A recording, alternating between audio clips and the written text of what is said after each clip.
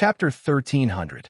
The reason why Gahan asked Song Hama to deal with the Transformer was not because he wanted to train him. Instead, he wanted to see how these sword-bearers, who were known as Sword Immortals, fought. According to the information Gahan and Song Hama had gathered, all the sword-bearers left in this instance dungeon had become this world's Sword Immortals. The title of Sword Immortal was also specific to these sword-bearers. The Yuan Ko, who originally belonged to the Heavenly Court, would not use the title of Sword Immortal. In the end, Gohan found that the Sword Immortals were essentially the same as the Sword-Bearers. However, their fighting style was completely different from the Sword-Bearers. In other words, their fighting style was exactly the same as Gohan's fighting style. Song Hama did not release his sword mistress during the battle. He directly used his sword to fight the Yuan Ko. In the end, he relied on his swordsmanship to successfully kill a Transformer. His fighting style was almost the same as Gahan's. More importantly, Song Hama displayed an extremely powerful level of swordsmanship in this battle. Although this level of swordsmanship could not be compared to Gahan's, it had surpassed 99% of the sword-bearers and reached the standard of a swordmaster. Gohan was certain that Song Hama did not have this level of swordsmanship before he fell into a coma. Could it be that this instance dungeon not only blocked Song Hama's memories, but also sent a set of extraordinary swordsmanship into Song Hama's mind? This piqued Gohan's curiosity. If that was really the case, and swordsmanship could be imbued into the soul through a certain method, wouldn't it mean that many sword masters could be created in the future? This would undoubtedly greatly increase the sword-bearer's fighting strength. Master, how am I? Is there anything you can teach me, Master? Song Hama asked Fleeting Time Lin excitedly after he returned from killing the Transformer. I see. With Liuyan Ling's swordsmanship level, there was no problem in giving pointers to Song Hama. Liuyan Ling casually pointed out some problems in Song Hama's swordsmanship, which made Song Hama extremely happy. Song Hama, what's the standard of your sword techniques compared to other Sword Immortals? Gahan could not help but ask after Liuyan Ling finished giving him pointers. My swordsmanship is probably above average. Actually, I'm not too sure either, Song Hama replied. Among the people I know, my swordsmanship is the best. However, I heard that there's a Sword Immortal at the level of Zenith Heaven Golden Immortal. His swordsmanship has reached the acme of perfection and is very powerful. A perfected Golden Immortal Sword Immortal? It should be the Sword Immortal level sword-bearer who is trapped in the game. After listening to Song Hama's words, Gahan muttered to himself. Most of the sword-bearers trapped in this instance were low-level sword-bearers, but there was a Sword Immortal level sword-bearer who belonged to the city of Russia. Now it seemed that the perfected Golden Immortal that Song Hama mentioned was referring to the Sword Immortal level sword-bearer from the city of Russia. Since Song Hama said that his swordsmanship was the best among all the Sword Immortals he knew, it meant that among all the Sword Immortals, Gohan's swordsmanship could also be ranked among the best. It seemed that the swordsmanship instilled in this instance still had some kind of limitation. It could not be instilled to a very high level of swordsmanship. Otherwise, Gohan's swordsmanship over the years would have been in vain. Along the way, Gohan and the others met a lot of Yuan Ko. Except for the 2 meteor stage Yuan Ko that were personally dealt with by Liuyan Ling, the rest of the Yuan Ko were dealt with by Song Hama. Every time Song Hama ended a battle, Liuyan Ling and Gahan would give Song Hama some pointers on his swordsmanship. So along the way, Song Hama's own swordsmanship level began to improve rapidly. If Song Hama can bring all of his swordsmanship back to reality, then this dangerous trip was a blessing in disguise. Seeing Song Hama's growth, Gohan naturally felt happy for Song Hama from the bottom of his heart. After this somewhat long journey, Gohan and the others finally arrived at the mountain of flowers and fruits that Song Hama had mentioned. According to the location on the mini-map, the mountain of flowers and fruits was actually located in the northeast region, which was also within the range of Shanghai Pass. Speaking of which, we ran all the way from Yuzhong City to the mountain of flowers and fruits in the northeast. Does this count as a pilgrimage to the east? Lin Ling, who got out of the car, said with some excitement. Oh yes, there are 4 of us. I am the master, and Wu Neng is my disciple. This is really interesting. At this point, an interesting idea suddenly came to Liu Ling's mind. She immediately said to Gahan, should the 3 of us take a Dharma name so that we can hide ourselves? Sure. Gahan nodded. This was indeed a good thing. Well, Gahan, your Dharma name will be Wu Kong, and Shi Hua. Your Dharma name will be Wu Jing. That will make it all. Liu Ling said seriously. Whatever. Gahan did not mind. It was just a Dharma name in a dungeon. It did not matter what name it was not a big deal. Very quickly, the real Mount Huagua was revealed in front of everyone. At that time, what surprised Gahan and the others was that Mount Huagua was already in a complete mess. There was not a single thing related to Mount Huagua that could be seen. There were only patches of dry and cracked ground and a number of burnt branches. How did this place become like this? Is this really the mountain of flowers and fruits where the great sage, heaven's equal, was born? Looking at the scene in front of her, Liu Ling felt inexplicably sad. What's so strange about that? Back then, the 7 great sages failed in their rebellion, and the 7 demon sages were sealed in 7 different places. As the nest of the great sage, heaven's equal, the heavenly court naturally had to completely destroy Mountain of Flowers and Fruits. If you ask me, I think we should just flatten the entire Mountain of Flowers and Fruits. Song Hama said, if we really flatten it, where are we going to find my peach trees of immortality? Guhan knocked Song Hama's head. The few of them then began to search the entire Mountain of Flowers and Fruits. Except for the fact that the heavenly court had wiped out everything on the Mountain of Flowers and Fruits, which hadn't recovered even after 800 years. This place was still dead silent. There was no sign of life, let alone the legendary peach tree that could prolong one's life. I'm sorry, Master. It seems that the peach trees of immortality have really been destroyed. We can't find them anymore. Let's go back. Song Hama suggested in a tired voice. Gahan, what do you think? Liu Ling turned to Gahan and asked. Even if the strategy is fake, they wouldn't lie about the first mission. I think the peach trees of immortality are most likely still on Mountain of Flowers and Fruits. Song Hama, is there any hidden place on Mountain of Flowers and Fruits that ordinary people don't know about? Gahan asked. Lord Gahan, I'm just a genuine immortal. If there's something that's not known to others, it's not something that I can know. Only a golden immortal of the great, all-embracing heaven like Master knows. Song Hama said helplessly. Wait, speaking of hidden places, there really is such a place on Mountain of Flowers and Fruits. Liu Ling's eyes lit up. Without another word, she immediately led Guhan and the others to the mountainside of Mountain of Flowers and Fruits. What a huge waterfall! When they finally stopped, they found that one side of Mountain of Flowers and Fruits was actually a huge waterfall. A huge stream of water poured down from the top of the mountain, forming a huge waterfall. Legend has it that there is a water curtain cave behind this waterfall. It is the most hidden place on Mountain of Flowers and Fruits. Maybe the peach trees of immortality are hidden in the water curtain cave. Liu Ling said, Okay, let's go. Gahan did not say anything else. He took the lead and flew to the center of the waterfall.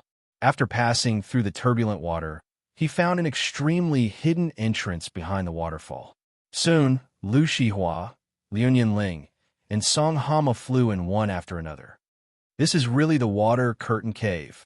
The group walked along the cave for a while, and sure enough, they found a stone tablet with the words Water Curtain Cave written on it. What surprised Guhan was that other than the stone tablet with the words Water Curtain Cave on it, there was actually a layer of dimensional barrier system outside.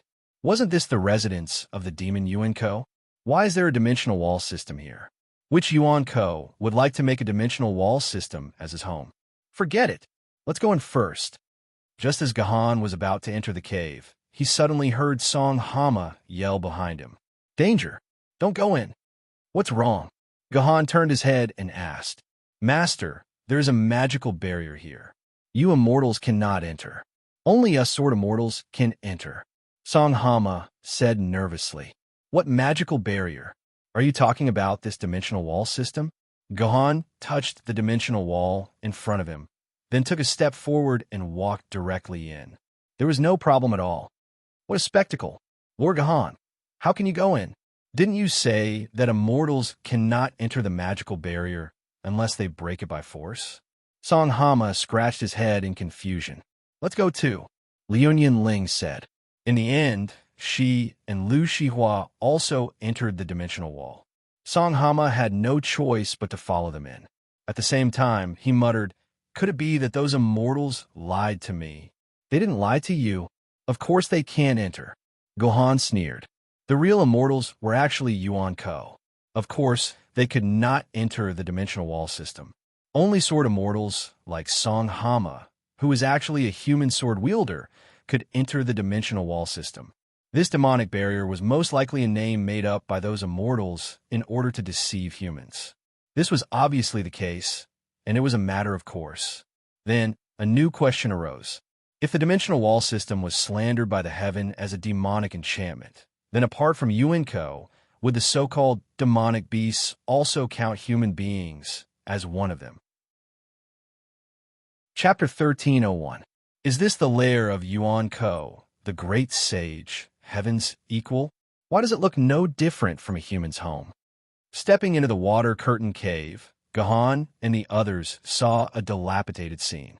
However, it was different from the filthy cave filled with all kinds of disgusting corpses and bones of demons and monsters. This water curtain cave actually looked like an ordinary home. There was a spacious and comfortable double bed, ceiling lamps, a huge 100-inch TV, soft and comfortable sofa, and so on. The water curtain cave had all the furniture that a normal home should have. It did not look like a demon's home at all. Instead, it looked no different from a normal human's house. Be careful. This is the lair of demons and monsters. There are thunder and lightning arrays everywhere. If you're not careful, you will be attacked by the thunder and lightning arrays. We must find the core of the entire array and destroy it to ensure our safety. Song Hama said nervously the moment they entered the water curtain cave. Is the core of the array you mentioned that thing? Gohan glanced around the entire water curtain cave and pointed to a cupboard in the corner. There were many wires connected to it. That's right. That's the core of the thunder and lightning formation. The core contains extremely powerful chaotic chi. Once we're touched by the chaotic chi, our bodies will mutate and will die within a few months. Song Hama looked at the core of the array and his whole body collapsed. He was like a cat with its hair standing on end. His whole body was focused to the extreme. This is not the core of any thunder and lightning array. It is clearly a nuclear fuel cell. Gohan said with a bitter smile when he saw Song Hama's nervous state. This small nuclear fuel cell was obviously the power source of the entire water curtain cave. It was used to power the electrical equipment in the water curtain cave. As for being attacked by the thunder and lightning array, it was most likely because they accidentally touched the exposed wires and got electrocuted. Nuclear fuel cells were a technology developed by humans before the apocalypse. Because of Yuan Ko, thermal, hydroelectric, wind, and other conventional power plants could not operate normally. Only nuclear power could be developed. When Yinjing City was built, small nuclear fuel cells had already been produced. However, with the continuous advancement of black technology, small nuclear fuel cells had withdrawn from the stage of history, and everyone had switched to using miniature nuclear fuel cells. If one wanted to see such a small nuclear fuel cell in reality, they would probably have to go to a museum to find an exhibit from 800 years ago. Through these discoveries, it could be fully proved that this was not the lair of the great sage of the demon race, Yuan Ko. It was clearly a human's home. But why did the heavenly court say that a human's home was Yuan Ko and the great sage of the demon race? This made Gohan a little confused. Gohan, come and have a look. There seems to be a mobile phone here, said Fleeting Time excitedly. Gohan walked up to the bed and found an antique phone hidden under the pillow beside the bed. With the invention of the personal terminal more than 700 years ago, mobile phones have been completely eliminated from human society. If one wanted to see a mobile phone, they would have to search for it in the ruins outside or in the museum. This is definitely not a mobile phone from before the apocalypse. It's a banana brand mobile phone produced by humans after the apocalypse," said Gohan decisively as he flipped the phone to the back of the phone. There was a banana-shaped icon on the back of the phone. "Yes, I've heard of it before. The banana brand mobile phone was created after the apocalypse. There was no such brand before the apocalypse," said Liu Ling with a nod. "Look at the interface of this mobile phone. It's an optoelectronic interface. It seems that this mobile phone was produced during the era when mobile phones and personal terminals were replaced. The earliest mobile phone was produced after 180 years after the apocalypse," said Gohan thoughtfully as he stared at the optoelectronic interface of the mobile phone. All the evidence pointed to one thing. The Water Curtain Cave was built 800 years ago, and the humans who lived in the Water Curtain Cave were also humans who lived 800 years ago. At the very least, the world of the dungeon was in line with human history 800 years ago. Wait a minute, Gohan. If the interface of this mobile phone is an optoelectronic interface, then can our personal terminals? Before Liu Ling could finish her sentence, Gohan understood what she was trying to say. The optoelectronic interface was the most suitable interface for personal devices. Even after 800 years, the interface of the personal terminal was still an optoelectronic interface. If the mobile phone was also an optoelectronic interface, then with the excellent analytical ability of the personal terminal, he might be able to obtain some important information from the memory of the 800 years old mobile phone. Let's do it. Gohan immediately controlled his personal terminal to shoot out an optoelectronic connection line into the mobile phone and began to read the information in the mobile phone's memory. Unexpectedly, the interior of the mobile phone was quite well preserved. The personal terminal did not waste any effort to successfully read a large amount of information.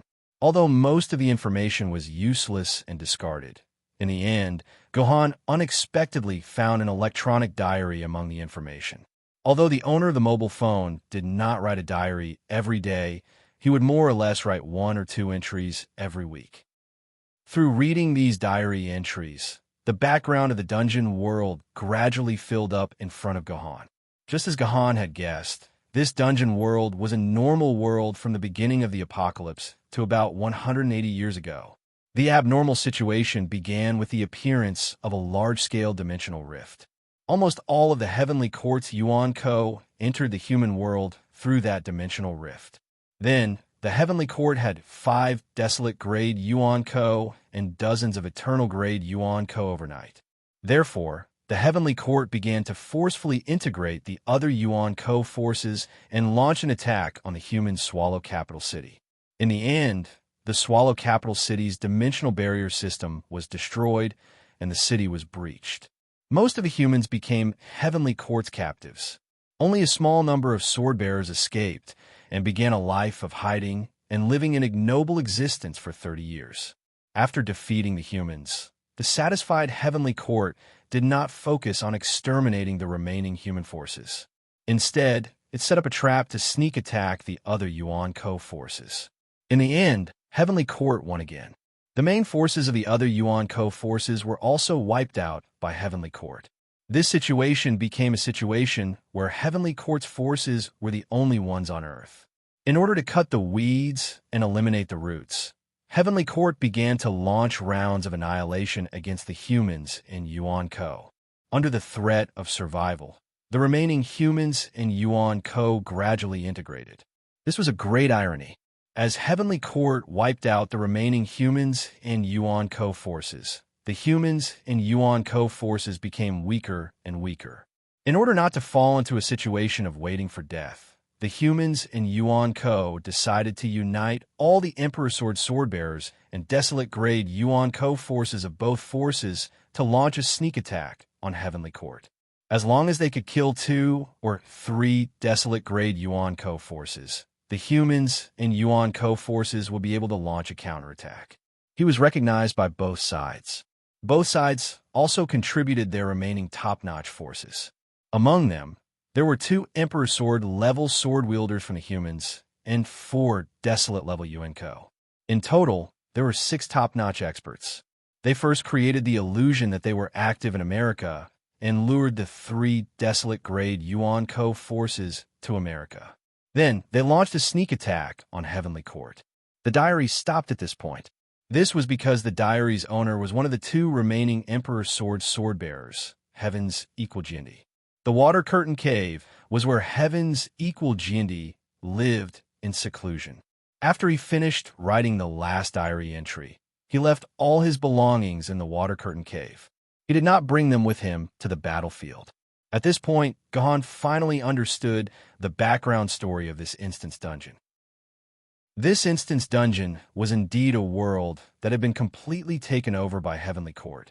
Humans had been brainwashed by Heavenly Court to become Heavenly Court's tools.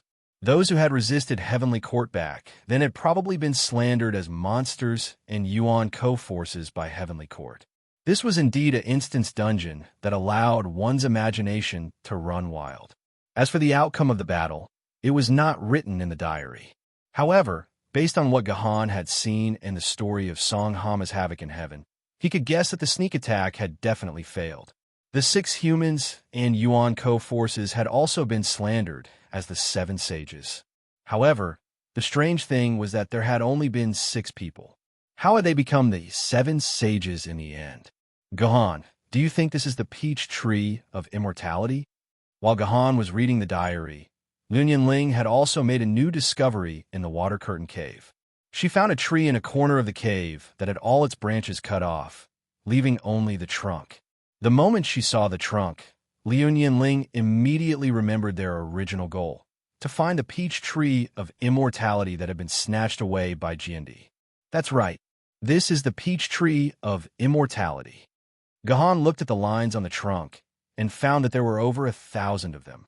This was definitely an ancient tree that had lived for over 1,000 years.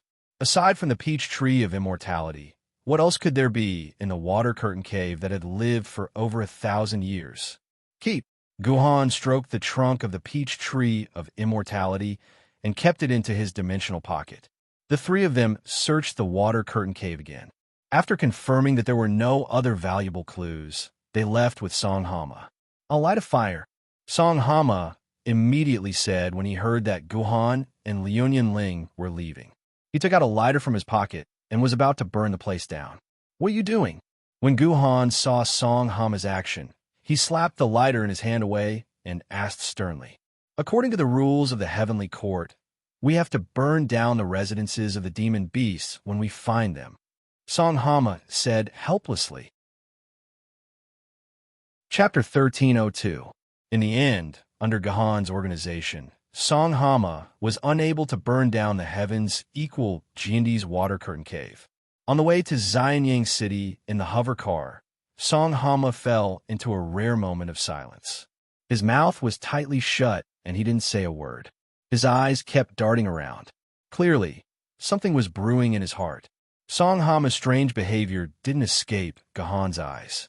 Seeing Song Hama's reaction, Gahan vaguely knew that he could no longer deceive Song Hama with a story that was full of loopholes. Right now, Song Hama was probably very suspicious of Gahan and Lunyan Ling. If it wasn't for his fear of Lunyan Ling and Gahan's power, Song Hama might have already betrayed them. "What are you thinking about?" Gahan suddenly stopped the car and handed the driving task to Lunyan Ling. At the same time, he let Lu Shihua sit in the front seat while he pulled Song Hama to the back seat. He looked at Song Hama with a smile and asked, "No, I'm not thinking about anything." Song Hama got a fright and said in a panic, "Don't pretend. Let me guess. Are you thinking that the 3 of us aren't from the Heavenly Court? Are you suspecting our identities?" Gahan narrowed his eyes and asked, "No, definitely not." Song Hama waved his hands and said anxiously, "I'm Master's disciple. How could I suspect Master's identity? That's absolutely impossible. Master, you're definitely immortals from the Heavenly Court. There's no mistake. Didn't I say it already? Don't pretend with me, and I won't pretend with you." Gahan laughed. "To tell you the truth, the 3 of us are indeed not from the Heavenly Court. To be more accurate, the 3 of us are the demons and ghosts that the Heavenly Court is talking about." Song Hama sweated profusely when he heard Gahan's straightforward reply. He immediately covered his ears and tried his best to shake his head. I'm not listening. I'm not listening. I didn't hear anything. Put it down. I'm not joking with you. We are actually the same kind. Guhan grabbed Songhama's hand, then told Songhama everything he saw and guessed about the background of this world in the water curtain cave, and told him the truth of this world. However, under such circumstances, no matter how much Gahan said, Songhama only treated Gahan's words as the bewitchment of demons and ghosts. She didn't believe a single word from Gahan. Seeing Songhama's reaction, Gahan couldn't help but feel annoyed. If Songhama wasn't his friend, then he would just throw him out of the car, regardless of whether he was dead or alive.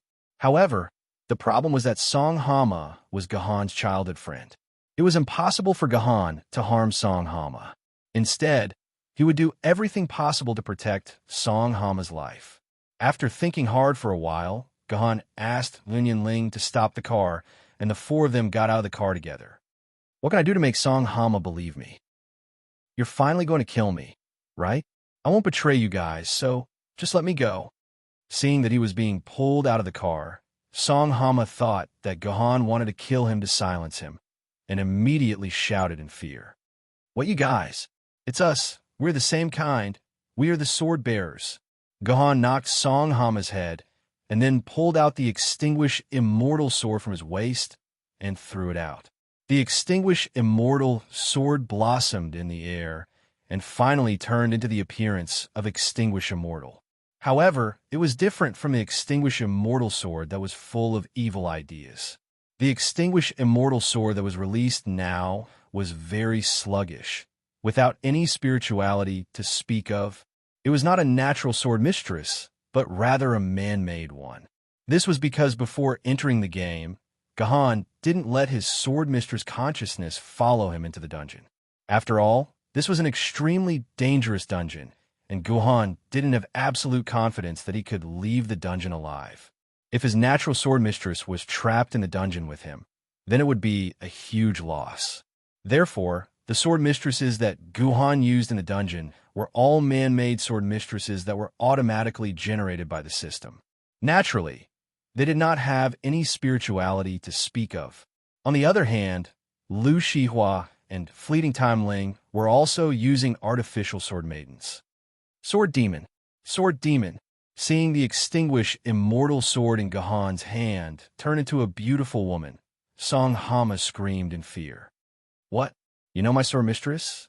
Seeing Songhama's reaction, Gahan narrowed his eyes and asked, So you are the demons of the Sword Demon Clan. You can turn swords into women. So you are from the Sword Demon Clan. Songhama was so terrified that he began to babble nonsense. However, it also confirmed the diary that Gahan had read in the heavens equal Sword Emperor's notebook. After conquering all of the human-based cities, the Heavenly Court killed all of the adult humans, leaving behind only the children who didn't have much memory. They began to brainwash them, telling them that there was a kind of demon outside called the Sword Demon Clan. They looked similar to humans and liked to tell humans that they were the same kind and must not be believed. Therefore, under the demonization of the Heavenly Court, the original humans became the Sword Demon Clan that the brainwashed humans spoke of. Fine, even if we are the Sword Demon Clan, do you think that you're a real human? Speaking up to this point, Gahan suddenly pulled out the Sword Mistress Casted Cloud iron from Songhama's scabbard. To tell you the truth, you are the same as us, a member of the Sword Demon Clan. You are lying to me. I am not a member of the Sword Demon Clan. Songhama expressed that he did not believe a single word that Gahan said. You used the power of the rule to seal the Sword Mistress?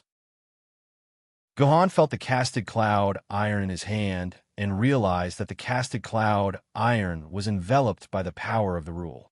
It was also this power of the rule that sealed the casted cloud iron's ability to transform into the form of a sword mistress, preventing Songhama from releasing the casted cloud iron in his hand.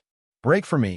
The power of the rule that sealed the casted cloud iron could not be broken by the sword wielder's normal strength. Only the power of the rule could break the power of the rule. It just so happened that Gahan possessed the power of the rule. A light flashed in Gahan's hand. Gahan poured the power of the rule that belonged to Gahan into the casted cloud iron. The entire casted cloud iron emitted a dazzling light. The power of the rule that trapped the casted cloud iron could not resist Gahan's power and was broken in a short period of time. The casted cloud iron was finally unsealed and returned to its most normal state.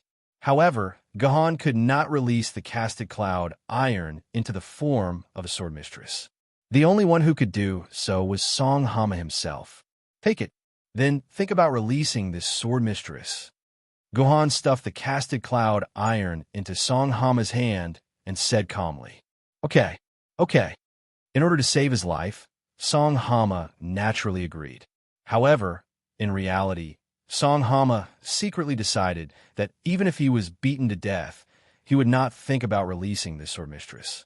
Then, the casted cloud iron in Song Hama's hand flashed. The sword mistress casted cloud iron that Gahan had not seen for a long time appeared in front of everyone. How can this be? Seeing his own sword transform into the form of a huge girl, Song Hama was dumbfounded. Could it be that the truth was as Gahan said? That he was not a real human, but a demon of the Sword Demon clan? From this moment on, Song Hama began to doubt his own identity and existence for the first time in his life. Master, I finally see you. I thought you had become stupid and would never return to your normal state. You really forgot about me, the casted cloud iron. As soon as the casted cloud iron appeared, she hugged Song Hama. This 2-meter-tall woman actually burst into tears. Her tears were like a waterfall, instantly drenching Song Hama's entire body. Seeing this scene, Gahan could not help but laugh as he said to the casted cloud iron, Lady Casted Cloud Iron, I haven't seen you for more than 3 years. You are still as beautiful as ever. Brother Gahan, you are also in the game. The casted cloud iron only then discovered Gahan's existence. Then, she hugged Song Hama in her arms and chatted happily with Gahan. Through the conversation with the casted cloud iron, Gahan found out that Song Hama had missed Gahan's coronation ceremony because he was adventuring outside. When he returned, he was a little unhappy. Coincidentally, the game opened a celebration event for the Sea Emperor's coronation.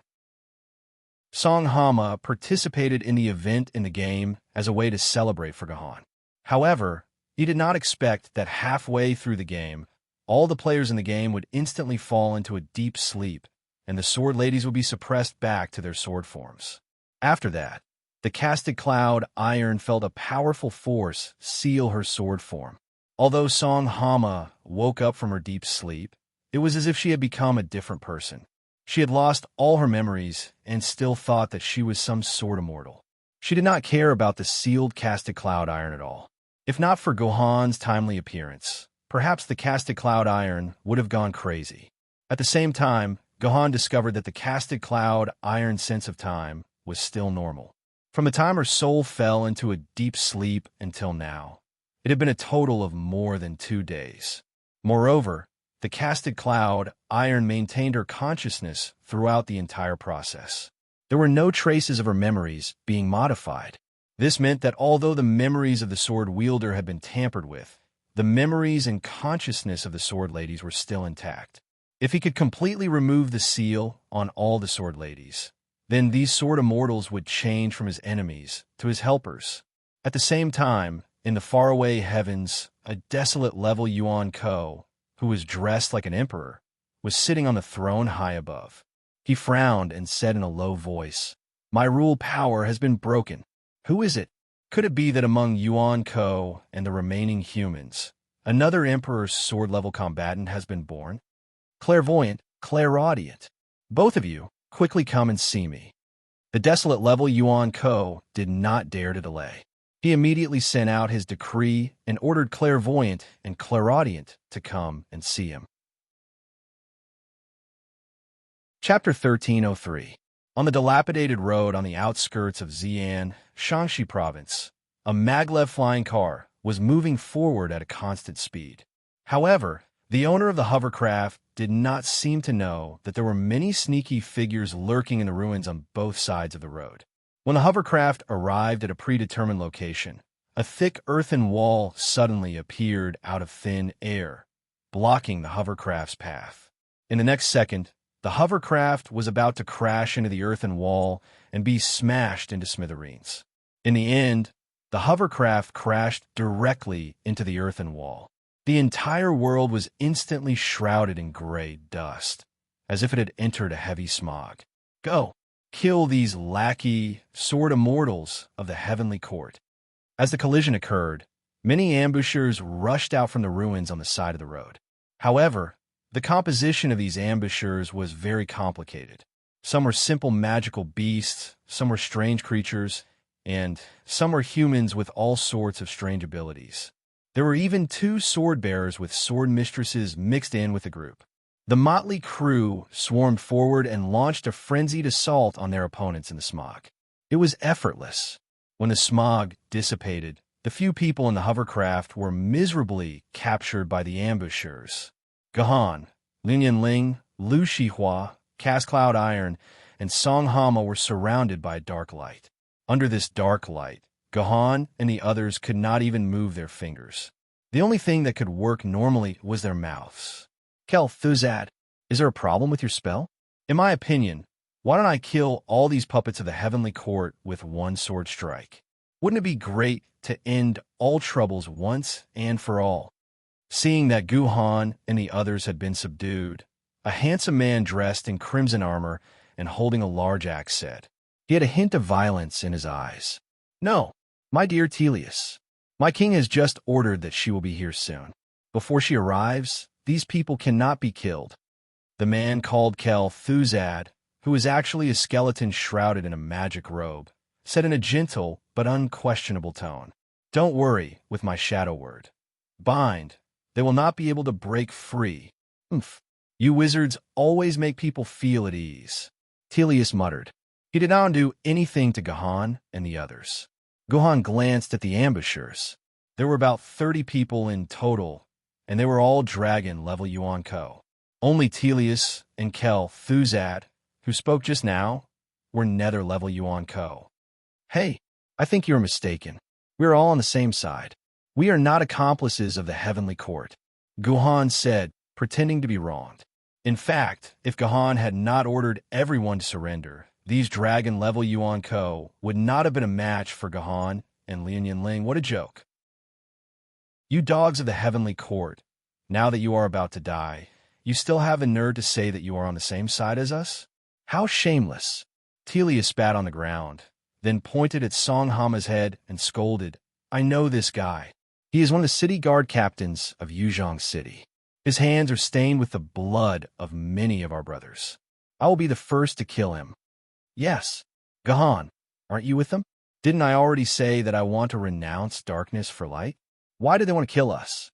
Song Hama was also scared out of his wits and said in fear, Don't panic. This guy doesn't know what's good for him. There will always be someone who knows what's good for him.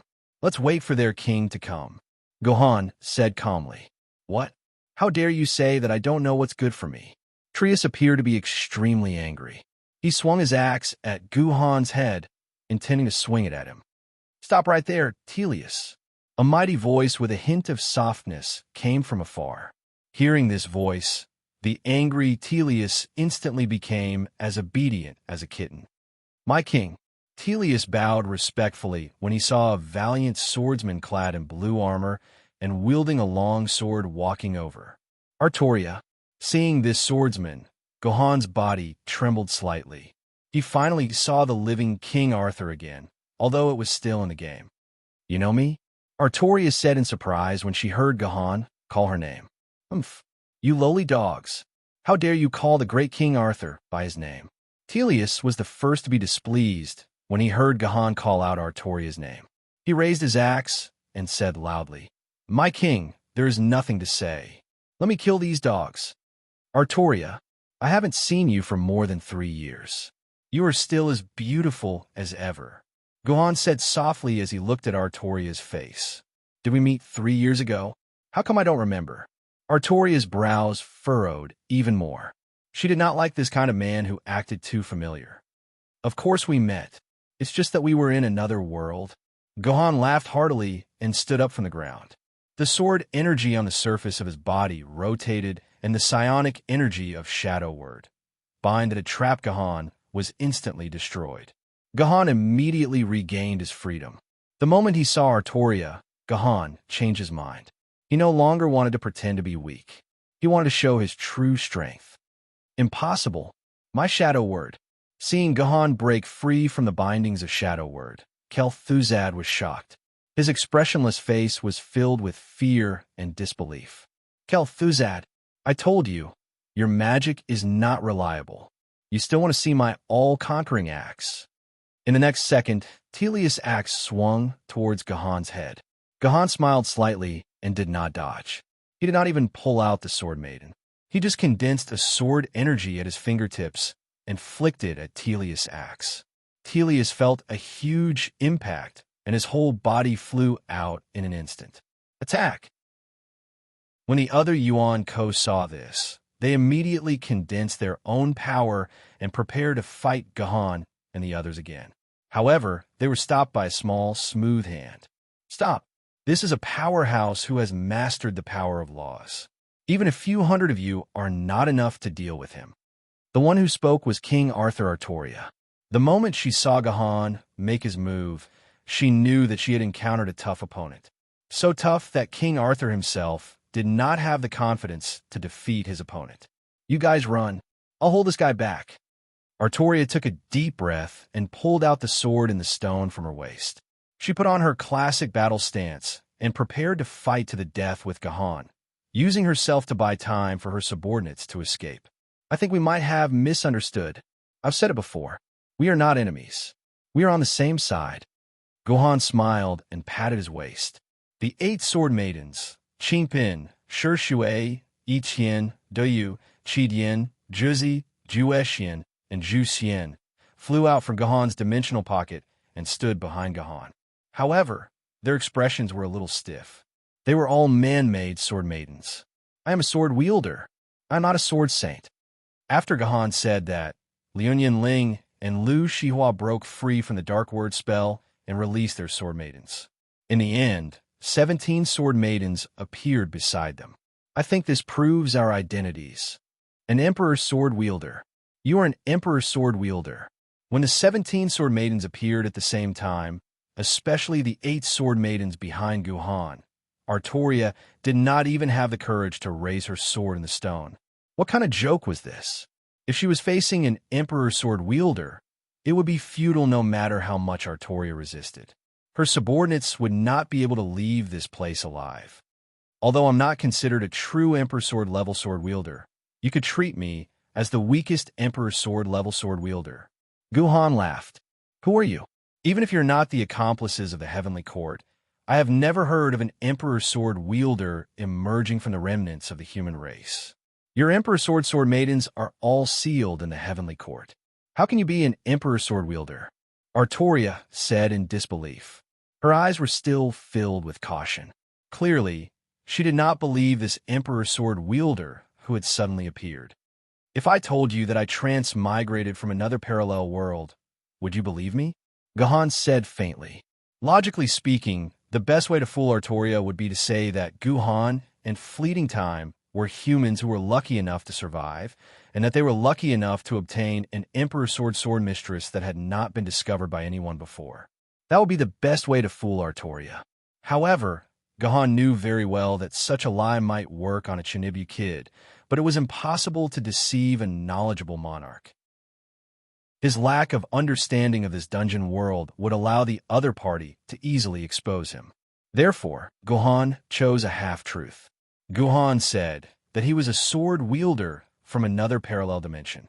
The sword wielder of that world had not completely fallen and was still fighting with the Heavenly Court and the Yuan-Ko. Meanwhile, Gahan and the others had accidentally come to this world through the dimensional rift and were currently looking for a way to return to their own world. Apart from hiding that this was a game world, Gahan told almost all the truth. It was precisely because of Gahan's words that Artoria could not find any flaws other than feeling that Gahan's words were nonsense. Chapter 1304. Is this the place where you made a name for yourself in the game? Liuyan Ling asked curiously as she stood shoulder to shoulder with Gahan at the entrance of Xinying Airport. Lu Shihua was also curious. The most legendary story about the identity of the military governor was the King Arthur's betrayal dungeon. It was a story that every player loved to talk about. Even after the identity of the military governor had been dormant for 3 years, there would still be players mentioning the shocking performance of the military governor from time to time. Therefore, both Lin Yinling and Lu Shihua were very curious about the story of Gahan. "You've been here before, and you've made a name for yourself here?" Artoria asked incredulously after hearing Liu Yinling's words. "That's impossible. We've lived here for hundreds of years. If he was stirring up trouble here, how could Traz not know?" Traz, who was holding the axe, said with a displeased look, "That's impossible. That's something from another dimension. 3,000 years ago, Artoria, because you betrayed the Martyr's Palace, you were trapped in this underground palace, ready to die. In the end, my friends and I rescued you and brought you back to Yanjing City. Then, you cooperated with Yanjing City to destroy the evil Martyr's Palace." Guhan laughed as he spouted nonsense. "That's a matter from another dimension. Don't spout nonsense here. The Martyr's Palace is an ally of us sword-bearers. Why would we sword-bearers want to destroy it?" A sword-wielder called Lu Qiao said. He was a sword-wielder born from the remnants of the humans in this world, and he was a famed sword-wielder.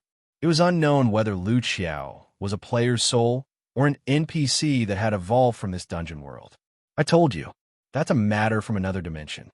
In that dimension, we humans had more than 10 Emperor sword-wielder and built 10 base cities. Apart from humans, all other creatures were our enemies." Gahan said calmly, "Doesn't that mean, in your dimension, we humans are like the heavens now? That's so enviable. It's like living in your world."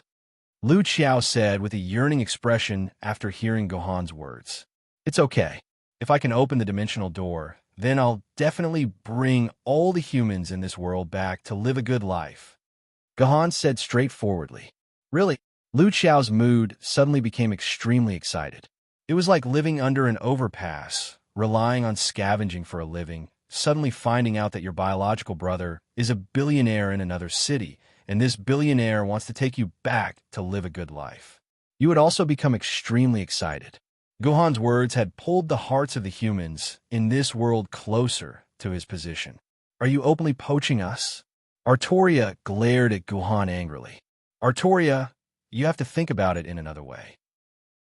If I bring all the humans in this world away, then wouldn't this world truly belong to your Yuan Co? You should be happy." Gohan smiled. "All right, I guess if we don't defeat the heavens, we won't be able to return to our dimension. So at least for now, our goal is the same. Is that why you forced us to bring you to Master Lu Ban?" Artoria asked, clearly annoyed. "No, even if I don't ask you to lead the way, I know that Lu Ban is in the underground palace under Xianying Airport." Gohan smiled. "The only difference is that if you lead me in, then we can have a friendly talk. If the 3 of us kill our way in, I'm afraid that good things will become bad things." Okay, Artoria had been aware of this for a long time, which was why she stood her ground and personally led Gahan and the others to Xianying Airport. At the same time, she had already sent someone to Xianying Airport to issue a warning, so that Gahan's threat to their stronghold could be minimized. This was the 3rd time Gahan had come to Xianying Airport for a completely different purpose. At this time, Xianying Airport was still the same as when King Arthur's betrayal began, or rather, it was calmer than before because there was not a single Yuan Co to be seen in this Xianying Airport. It was empty, just a pile of ruins. Under Artoria's lead, Gohan and the others once again entered the familiar Terminal T1, followed the familiar path all the way forward, and finally appeared in the underground palace of Terminal T1. However, unlike the many strange tunnels and underground palaces with many rooms in King Arthur's betrayal, the underground of Terminal T1 was actually a huge space supported by many pillars. This huge underground palace seemed empty, and not a single person could be seen. However, judging from the various discarded household garbage on the ground and some messy traces of escape, this underground palace should have been full of people not long ago. These people had just evacuated in a very short time. Obviously, it was Artoria's men who rushed to the police, and the rebels living in the underground palace temporarily retreated, lest Guhan started a massacre in the underground palace. Of course, this underground palace was not empty. In the center of the palace, Lu Ban, whom Guhan had been looking forward to for a long time, was sitting there, waiting for Guhan's arrival with a smile on his face. "Master Lu Ban, I have brought this person as you ordered," Artoria said to Lu Ban. "Thank you, Your Majesty." Lu Ban nodded, then said, "I have something to say to him alone. Your Majesty, can you leave for a while?" "Master Lu Ban, this human is very dangerous. I still can't determine his identity, and I can't determine which side he is on. Isn't it a little too dangerous to leave you here alone?" Artoria said nervously. "It's okay, I believe him. Besides, even if the two of us join forces, we are no match for him. Your Majesty, don't worry and leave." "Trust me, I can handle it," Lu Ban insisted. In the face of Lu Ban's insistence, Artoria had no choice but to give Guhan another warning look and leave with her people, leaving Guhan and the others alone with Lu Ban. Seeing Artoria leave, Lu Ban showed a long-lost smile and said to Guhan, "Military Governor, my young friend, I haven't seen you for more than 3 years. I didn't expect you to become so strong. Even your teammates are much stronger than they were back then. You are."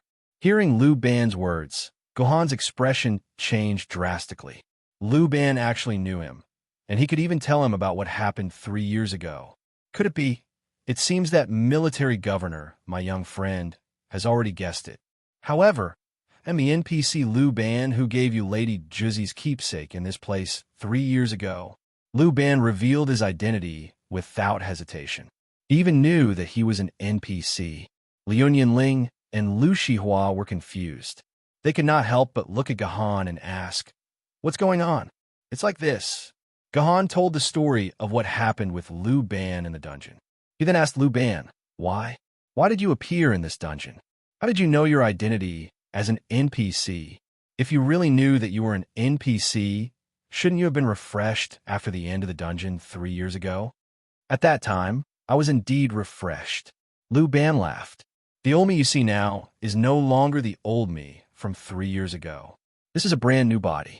It's just that some of my memories have been preserved." "Understood." Guhan nodded in his heart.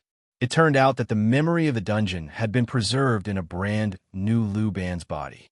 "Actually, my memory should not have been preserved. However, when you, Military Governor, activated this dungeon, my memory was directly transferred to this body. I have been waiting for you for 3 years, Military Governor." Lu Ban sighed. It turned out that Lu Ban's memory had been preserved because Guhan had triggered an Emperor's Sword quest. "You came to this dungeon world 3 years ago. Could it be that this dungeon world had already appeared 3 years ago?" Guhan heard a crucial piece of information from Lu Ban.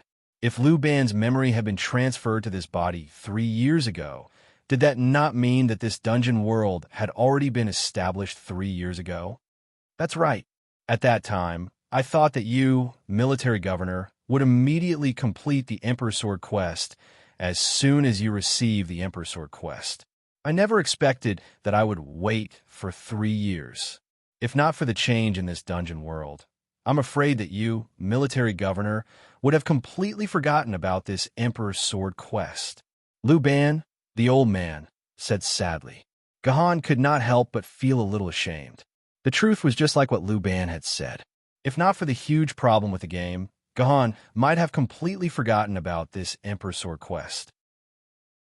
Since you already know that this dungeon world has changed, you must also know that millions of human souls are trapped in this dungeon world and unable to escape. Do you know the reason for this world's change and how to release these human souls? Guhan asked the most important question. "I know." Lu Ban nodded readily. "Whether it is the reason for this dungeon world's change or how to save these human souls, I know the answer to all your questions. This is also what I want to tell you." Chapter 1305. I shouldn't have told you all this. You have to go through the 120 level mission in the Instance Dungeon to find out. However, the Instance Dungeon has become like this. To save the human souls trapped here, I'll tell you everything," Lu Ban said with a sigh. Liu Ban's words made Guhan sweat profusely. If he really had to go through the 120-level game mission, Guhan might not be able to save these unlucky people even if he had to wait until next month. This Emperor Sword Instance Dungeon was originally a normal Emperor Sword Instance Dungeon. It was the starting mission for the Heavenly Court Instance Dungeon series. There was nothing special about it. I just didn't expect Zhou Yu's soul to be hiding in this preset instance dungeon world. However, if Zhou Yu wanted to control the entire game world, he had to defeat the original owner of the game world, Miss Tomono Kakaze, Liu Ban said slowly. Zhou Yu was actually no match for Miss Tomono Kakaze, so he set up a trap in this instance dungeon. First, he lured Miss Tomono Kakaze's consciousness into the instance dungeon. Then, he cut off the connection between the instance dungeon and the main system, causing Miss Tomono Kakaze, who had lost her foundation, to fall into a deep sleep. Then, he tried to destroy the instance dungeon and Miss Tomono Kakaze's consciousness. However, before Miss Tomono Kakaze fell into a deep sleep, she told me everything with her mind. She asked me to pass the message to Master Kinzu before the instance dungeon closed, and to continue waiting for you in the instance dungeon, Military Governor. Master Kinzu came to stop the instance dungeon before it was completely destroyed. He fought with Zhou Yu again. However, Zhou Yu had already stolen Miss Tomono Kakaze's power. Master Kinzu was no match for Zhou Yu. Thus, Sir Kinzu decided to sacrifice his own sword soul to become one with this instance dungeon. In the process, the souls of some innocent humans were sucked into this instance dungeon and trapped within it. That way, Zhou Yu will not be able to destroy this instance dungeon. It is the equivalent of protecting Miss Tomono Kakaze's soul. But this way, this instance dungeon has completely broken away from the system's control. It has become an instance dungeon that can only be entered but not left. This is the reason for this world's mutation. Liu Ban's explanation was very thorough. Without any suspense, he directly told Gohan the reason for the formation of this world. The world liked good people like him. Then why has the memory of humans been washed to this state? Gohan asked in confusion. Actually, their memories have not been altered. Their memories have been sealed in their subconscious. This is the result of the soul battle between Kinzu and Zhou Yu. Liu Ban explained. The souls of these humans who were sucked into this instance dungeon have merged with the NPCs of this world. The memories of those NPCs have replaced the memories of these human players, and at the same time, they have suppressed the human players' memories in their subconscious. Is there a way to release their memories? Gohan asked. There's only one way to release their memories, and that is to let Miss Tomono Kakaze regain control of the entire game world. Then, she can erase the memories of these NPCs from the root. Without the suppression of the NPCs' memories, the humans' own memories will naturally be released without any danger, Liu Ban said. So, the key to all the problems lies with Tomono Kakaze. As long as Tomono Kakaze, who is trapped in this world, the entire instance dungeon and all humans will be able to return to normal. As for whether we need to clear this instance dungeon or not, are all the quests not important? Gohan guessed. Military Governor, my young friend, you are right, but you are also wrong. Indeed, saving Miss Tomono Kakaze will save everyone. However, the prerequisite to saving Miss Tomono Kakaze is to complete all the quests in this instance dungeon. Liu Ban sighed. To ensure that Miss Tomono Kakaze is suppressed, Zhou Yu has used all the root data of this instance dungeon. Unless the entire instance dungeon disappears on its own, Miss Tomono Kakaze will not be able to wake up from the suppression of the instance dungeon. And to make this instance dungeon disappear on its own, the only way is for me to complete the quest of this instance dungeon and eliminate the reason for its existence at the root. Then, this instance dungeon will disappear on its own, right? Before Liu Ban could finish, Gohan blurted out. That's right. Mr. Military Governor, you are indeed smart. In that case, I don't need to waste my breath on this. Liu Ban nodded. After all this talk, the problem is back to the source of the problem. I still need to complete all the quests in this instance dungeon. Gohan smiled bitterly. You just said that this instance dungeon has 120 quests. If I were to complete them one by one, how long would it take for me to complete them? There's no hurry. Of course, I won't let you complete all 120 quests, Mr. Military Governor. Lu Ban smiled. I wonder if Mr. Military Governor has brought the peach tree of immortality with you? Here it is.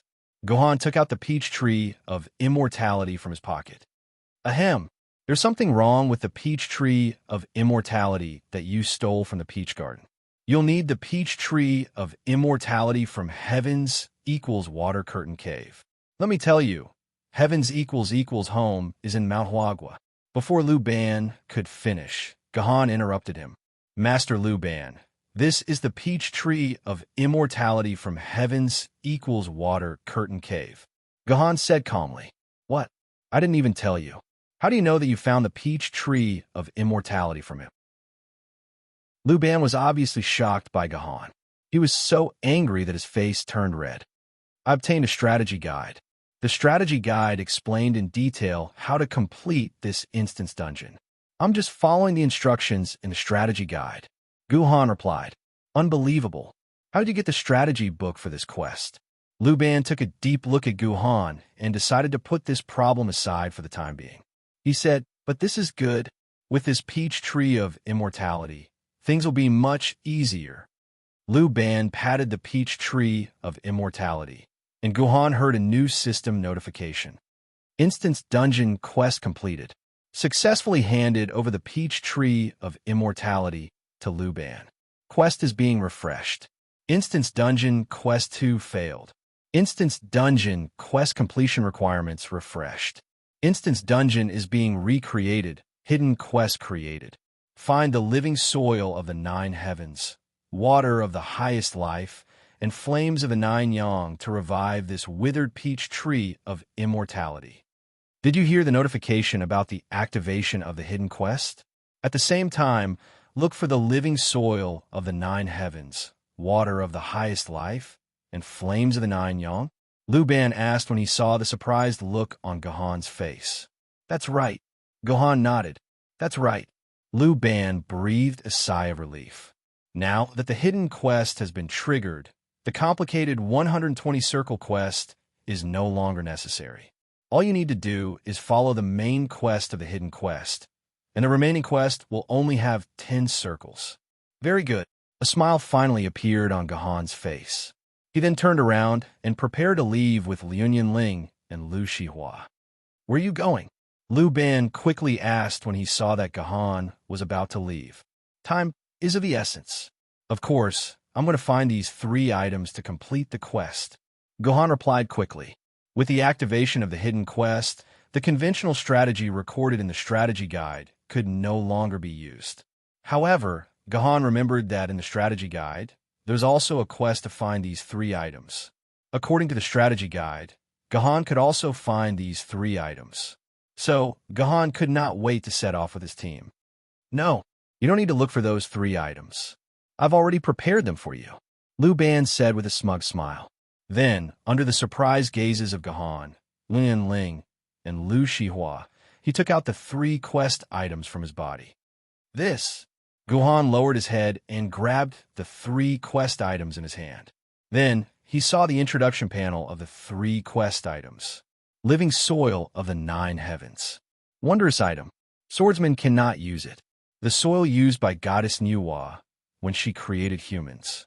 It has the magical power to transform into a human body. Supreme life water. Wondrous item. Swordsman cannot use it. The innate water used by Goddess Nuwa when she created humans. It has the power to transform soil into a human body. True flames of the 9 heavens. Wondrous item. Swordsman cannot use it.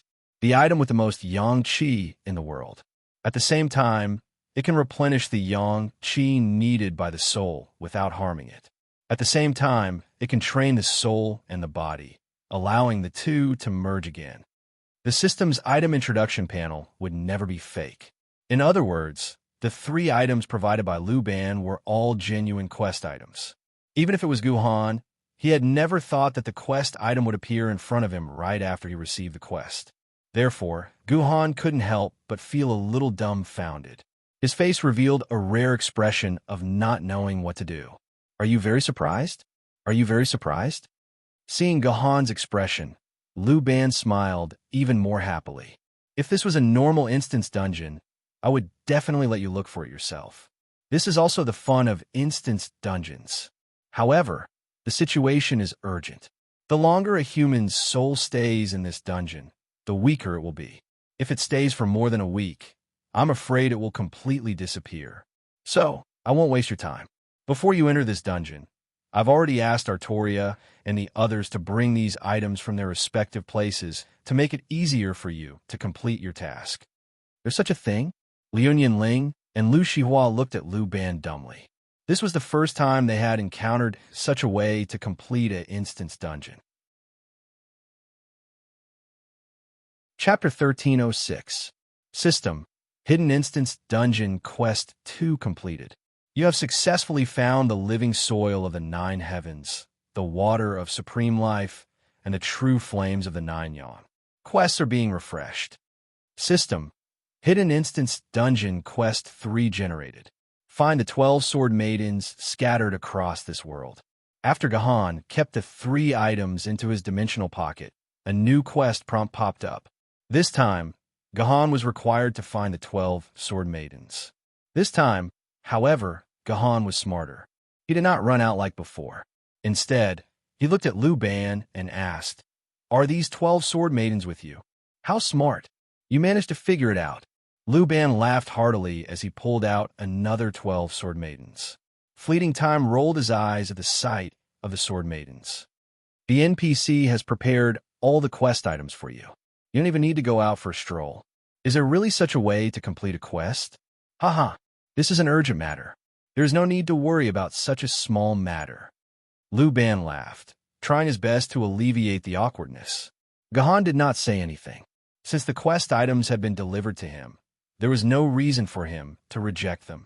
Thus, he kept the 12 sword maidens into his dimensional pocket. As expected, the system prompt popped up again. System. Hidden Instance Dungeon Quest 3 completed. Successfully find the 12 sword maidens scattered across this world. Quest is being refreshed. System. Hidden Instance Dungeon Quest 4 generated. Use the Immortality Peach Tree to go to 6 different sealed locations and summon the souls that are drifting within them. Seeing the quest prompt, Gahan breathed a sigh of relief. Lu Ban would not be helping him complete this quest, would he? Cough. Although I would like to help you complete the 4th Hidden Instance Dungeon quest, this is a quest that you, Gahan, have to complete personally. It would be inappropriate for me to do it on your behalf. Lu Ban's reply caused everyone's expressions to relax. Sigh. Why does an NPC have to help you complete all the quests? Isn't this a little too strange? Dare I ask where the 6 different seals are? I'll go and complete the mission right now. Guhan immediately asked Lu Ban. Time waits for no one. There's no hurry. I'll have Artoria take you there later, but I have another story to tell you. It won't be too late for you to leave after listening to it. Lu Ban began to tell the story unhurriedly. This is the background of this dungeon world. 800 years ago, the Heavenly Court was very powerful. They destroyed our city and enslaved our people. So we, the Yuan Ko, joined forces with the humans. Master Lu Ban, I've already understood the background story of this instance dungeon. The 6 Emperor's sword-level powerhouses launched a sneak attack on the Heavenly Court. You can omit the story before that. Gahan cut him off unceremoniously. Cough, cough. Military Governor, you're truly amazing. You've even figured out most of the background story of this dungeon. Well then, this old man will continue. Lu Ban smiled awkwardly and continued. That day, the 6 Emperor sword-level powerhouses met in the Great Sage, Heaven's equals Water Curtain Cave, to discuss ways to destroy the Heavenly Court. In the end, they came up with a very stable plan. The humans and the remaining forces of the Yuan Ko would cause trouble in North America and destroy the Heavenly Court stronghold there.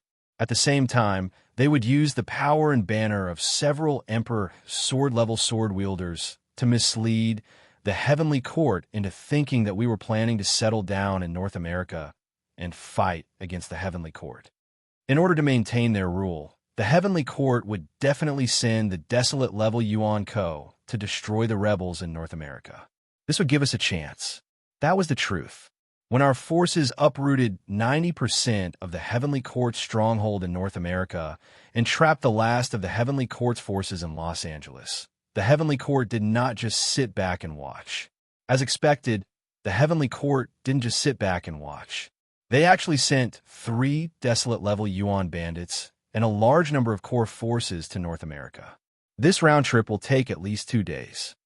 After our 6 Emperor sword-level powerhouses confirmed that the Heavenly Court's army would be there for a day, they came out of hiding and attacked the core area of the Heavenly Court.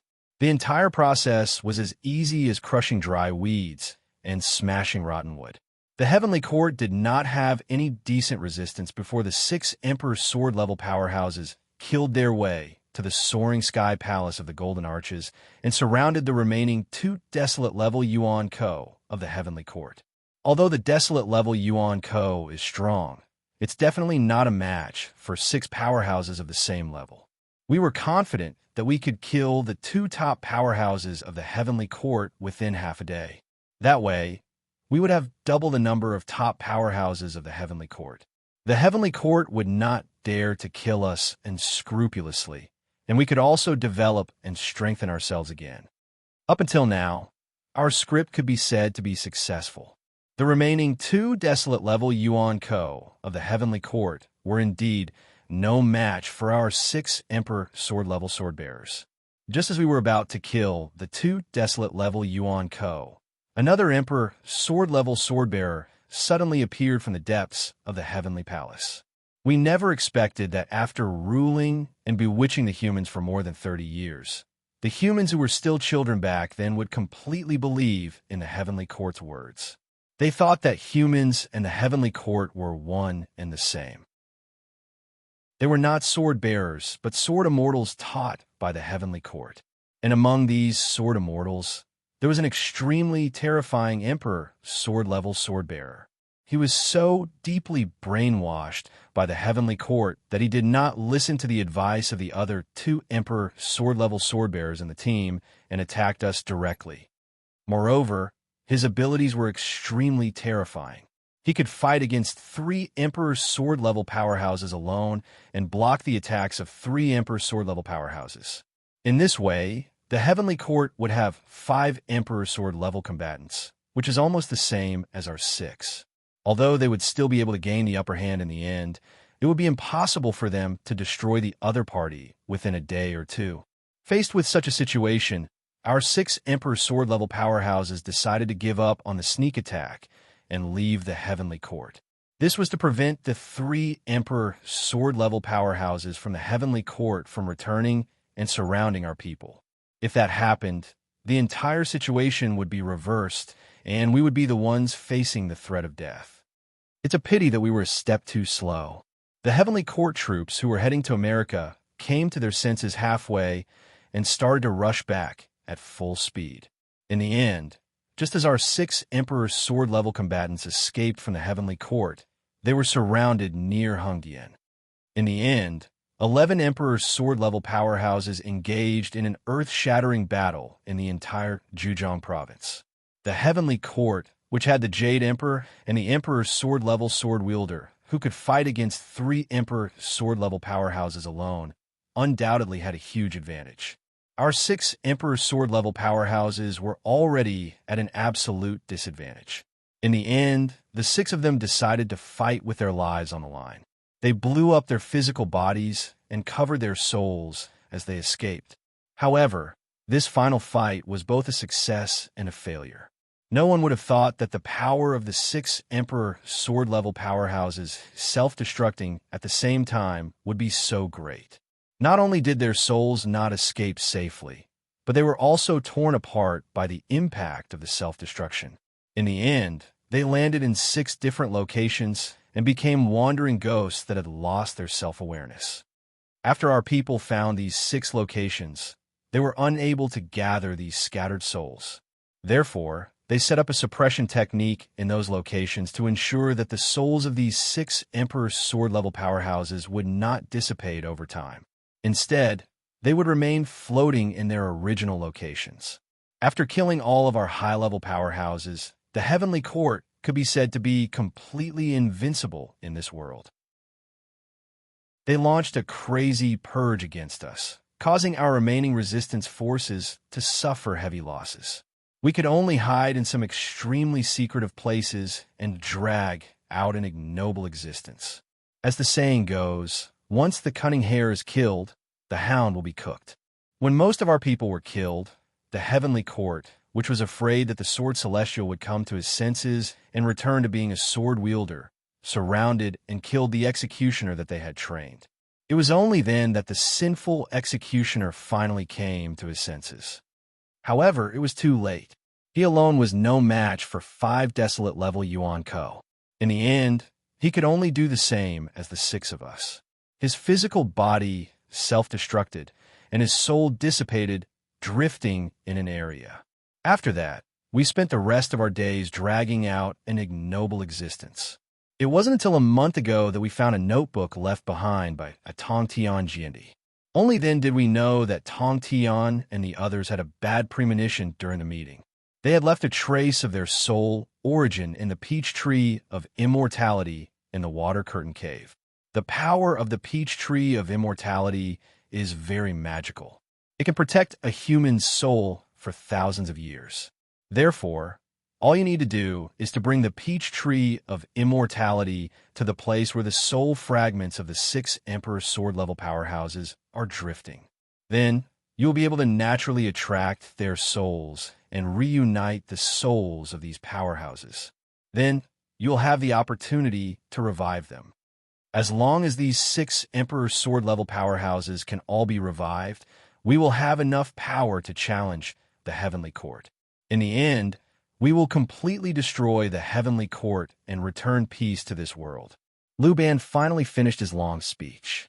Then, he impatiently took a big gulp of water and muttered, "I know that this is all a made-up background story and a requirement for the mission. Why do I sound so confident? It's as if I've experienced it myself." So, Master Lu Ban, you've said so much just to tell us that once we gather the souls of the 6 Emperor sword-level powerhouses, we can successfully complete this instance dungeon, right? Liu Ling said excitedly. This sounded very easy. With the help of 6 Emperor sword-level powerhouses, in addition to her and Guhan's power, dealing with the Heavenly Court should not be a problem. No, I've said so much because the system forced me to. Lu Ban rolled his eyes. If it wasn't for the system forcing me to explain the background story to you, I wouldn't have said so much nonsense. Chapter 1307. The first location is here, Artoria said coldly as she pointed at a dilapidated building in front of her. Guhan looked up and saw a plaque with words that he could barely make out. Mausoleum Museum of Emperor Qin. I know this place. This is the famous terracotta army of Emperor Qin's mausoleum before the Great Calamity. I even went here when I passed by Shangxi last year, Liu Ling said excitedly. You came here last year? Why are you so rash? You'll alert the Heavenly Court. Artoria frowned when she heard Liu Ling's words. We want to resurrect the 6 saints, but the Heavenly Court is aware of this, so they didn't destroy the souls of the 6 saints. Instead, they sent their elite forces to guard this place, to kill those of us who want to resurrect the souls. That's why they've strictly forbidden us from approaching these 6 locations since hundreds of years ago to avoid arousing the guards' vigilance. How did you come here last year? Artoria, have you forgotten? We came here from another dimension. So naturally, Ling went to the terracotta army of another dimension. It's impossible for her to affect your world. Guhan explained on behalf of Liu Ling. Artoria nodded and looked non-committal. Although I don't know why Lord Lu Ban is willing to trust you and hand over the 3 Xintian materials that we've painstakingly obtained to you, and even let you collect the souls of the 6 saints. Since this is Lord Lu Ban's order, I, Artoria, will obey. However, since this is Master Lu Ban's order, I, Artoria, will obey it. However, this operation is very important and dangerous. You must listen to my command. If not, you will not be able to return to your world. Artorias said to Guhan and Fleeting Time Ling, that's right. Guhan said, all right, tell us your plan. We'll listen to you. Guhan didn't want to argue with Artoria, so he nodded and agreed without hesitation. We've already investigated this place. The heavenly court guarding this place isn't very powerful. We can easily defeat them, but that's not the main problem. The main problem is how to stop them from sending messages to the heavenly court, the heavenly court said. We have a total of 6 places to collect the souls of the saints, and the other 5 places are currently under the control of the heavenly court. If we let the people here spread the news, I'm afraid they will set up a trap for us in the other 5 places.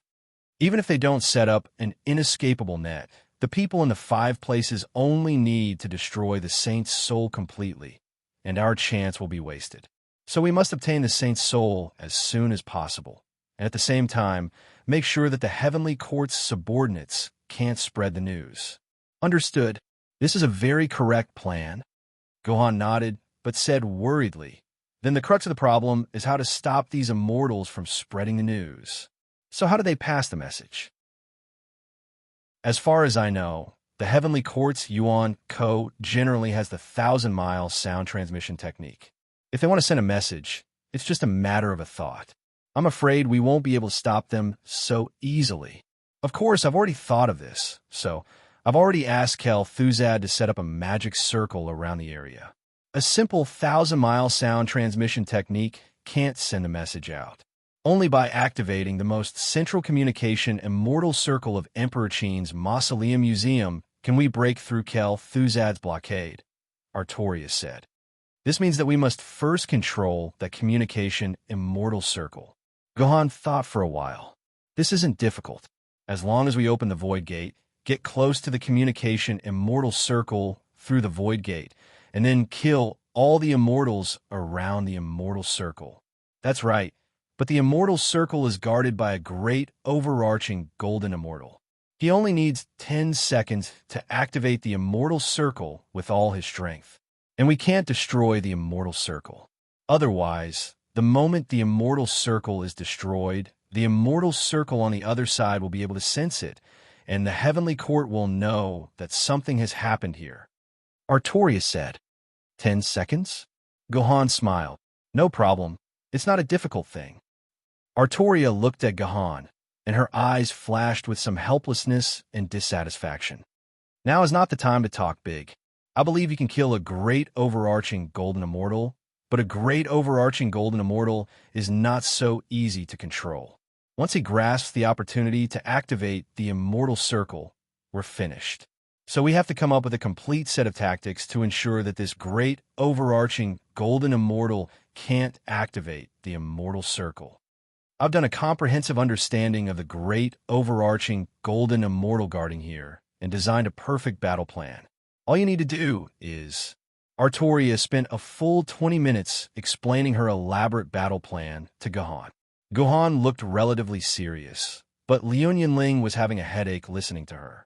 How did Artoria come up with such a complicated battle plan? Not to mention whether this battle plan was correct or not. Could the 3 of them really coordinate such a complicated battle plan? Don't worry about her plan. When the time comes, the 2 of us will use our strongest moves to deal with that great overarching golden immortal. Gohan whispered in Liu Ling's ear, while Artoria was seriously explaining her plan and not in the mood to care about other things. A dark-faced, thick-bearded man in armor sat on top of the communication immortal formation in the immortal realm. He looked like a general. There was a silver whip in his right hand, 24 blue pearls floating above his head, and a mighty black tiger crouched behind him. When other people first saw this immortal, they would subconsciously think of him as an extremely mighty general. But who would have thought that this general's official title in the heavenly court was actually the god of wealth? That's right, this great overarching golden immortal was called Zhao Gongming. His original name was Lang, and his courtesy name was Gongming. He was also known as Zhao Xiantan, Marshal Zhao Gong, and was one of the 4 marshals of Taoism. At the same time, he was the general of the Thunder Department and one of the 5 gods of plagues. At the same time, he was also the god of wealth, in charge of the wealth of the world. Oof. That ignorant Jade Emperor actually made me, a dignified, great, overarching golden immortal, come to this small place to be a guard. It's really abominable, abominable. From this sentence, it could be heard that Zhao Gongming was not willing to guard here. He was even very dissatisfied with the ruler of the heavenly court, the dignified Jade Emperor, Hao Yin. This dissatisfaction was even directly expressed through his mouth. The reason was very simple. Zhao Gongming had never taken the Jade Emperor seriously. Even though he had become a subject of the Jade Emperor, he still only had his master, sect leader Tong Tian, in his heart. Although Zhao Gongming's mouth was constantly cursing, he did not relax. Not even the slightest movement in the surroundings could escape Zhao Gongming's senses. That was why Zhao Gongming was able to react the moment the void fluctuated. He immediately held all his weapons and magic treasures in his hands. The black tiger also scurried up to Zhao Gongming's crotch and roared at the slowly opening void gate in the sky. I'm just annoyed now. I didn't expect someone to come to me. Seeing the void gate open, Zhao Gongming did not immediately trigger the immortal communication formation. Instead, he raised the 24 oceanic calming pearls in his hand, in a state where they could be triggered at any time. As long as the person in the void gate made a slight move, these 24 oceanic calming pearls could be directly smashed to destroy the person's soul. These oceanic calming pearls were primordial spiritual treasures. There were 24 pearls in a string. They emitted 5-colored rays of light, dazzled the enemy's 5 senses, and were as powerful as the power of the 4 seas. Even if a Zenith Heaven Golden Immortal carried 24 oceanic calming pearls on his back, one of his 3 souls and 7 spirits would be smashed to pieces. It was really powerful. Zhao Gongming had used this magic treasure to beat his opponent to the point of fleeing. Zhao Gongming had always believed in one principle when fighting, and that was to strike first and gain the upper hand. As long as the enemy showed his head, he would not waste time talking nonsense and would smash his most powerful magic weapon. Relying on this method, Zhao Gongming could be said to have made an illustrious name in the untainted land back then. Against a guy like him who would start fighting without saying anything, his mouth was completely useless. This made many protagonists who were good at talking feel very uncomfortable. But this time, Zhao Gongming miscalculated. Because before the oceanic calming pearls in Zhao Gongming's hand smashed down, countless sword chi flew out from the void gate, beating Zhao Gongming, who wanted to make the first move, into a sorry state. Zhao Gongming only felt a wave of chaos. When he finally extinguished all the sword chi, 2 women and a man had already appeared in front of him. Artoria. Zhao Gongming was the first to recognize King Arthur. Now, King Arthur was basically a flag of all the resistance, and was also one of the few Zenith Heaven Golden Immortals among the resistance. Zhao Gongming had fought with Artoria more than once, and even suffered a small loss once or twice. Zhao Gongming could be said to have a deep understanding of how difficult it was to deal with this opponent. Especially this time, Artoria actually brought a man and a woman with her. Zhao Gongming was not stupid. Since these 2 people could appear with Artoria, it meant that the strength of these 2 people made Artoria feel at ease. They should at least have the strength of Zenith Heaven Golden Immortals. Thinking of this, Zhao Gongming had the intention to retreat. He did not care about the Jade Emperor, nor did he want to sacrifice his life for the Jade Emperor's grand hegemony. But after all, he was a figure whose true spirit was on the list of deification. If he just ran away without doing anything, the Jade Emperor would certainly not let go of the opportunity to punish him. Therefore, Zhao Gongming decided to immediately escape after activating the immortal communication formation. He would not stay for a second longer. This way, he could be considered to have done his part. Chapter 1308. According to the plan, you'll use your sword chi to keep Zhao Gongming's oceanic calming pearl busy. I'll take the opportunity to use victory and contract. Before Artoria could finish her sentence, she froze. This was because Gahan and Liuyan Ling didn't act according to her plan at all. Instead, they rushed to Zhao Gongming's side and started a melee fight with him using the sword maidens in their hands. You're crazy. Zhao Gongming's close combat ability is too strong. Only, before Artoria could finish her sentence, she was dumbfounded. Myriad Swords Technique. Liuyan Ling roared, and then Liuyan Ling's blade shot out tens of thousands of sword chi, all of which pierced Zhao Gongming's body in an instant. Zhao Gongming let out a blood-curdling scream as the armor he wore shattered into pieces, and countless bloody holes appeared on his body. Chaos Sword Technique, Chaos Splitter. Not to be outdone, Guhan fiercely chopped down on Zhao Gongming's head with his chi sword. If Zhao Gongming had not dodged in time and only lost a bunch of his hair, Zhao Gongming's head would have been chopped off. Wow, where did these two lunatics come from? Why are they so powerful? Zhao Gongming let out a strange cry. He'd never imagined that he'd meet opponents who were even more ruthless than him. Without saying a word, they launched a fierce attack on him with their ultimate move. They didn't even bother to greet him. This was too much. What was more frightening was that these two humans were both stronger than him. He couldn't even defeat one of them, let alone both of them charging at him together. Zhao Gongming only managed to block for a moment before he felt his magic power drain rapidly. In less than 10 minutes, he'd probably die at the hands of these two freaks. That's right, Artoria hadn't made a move yet.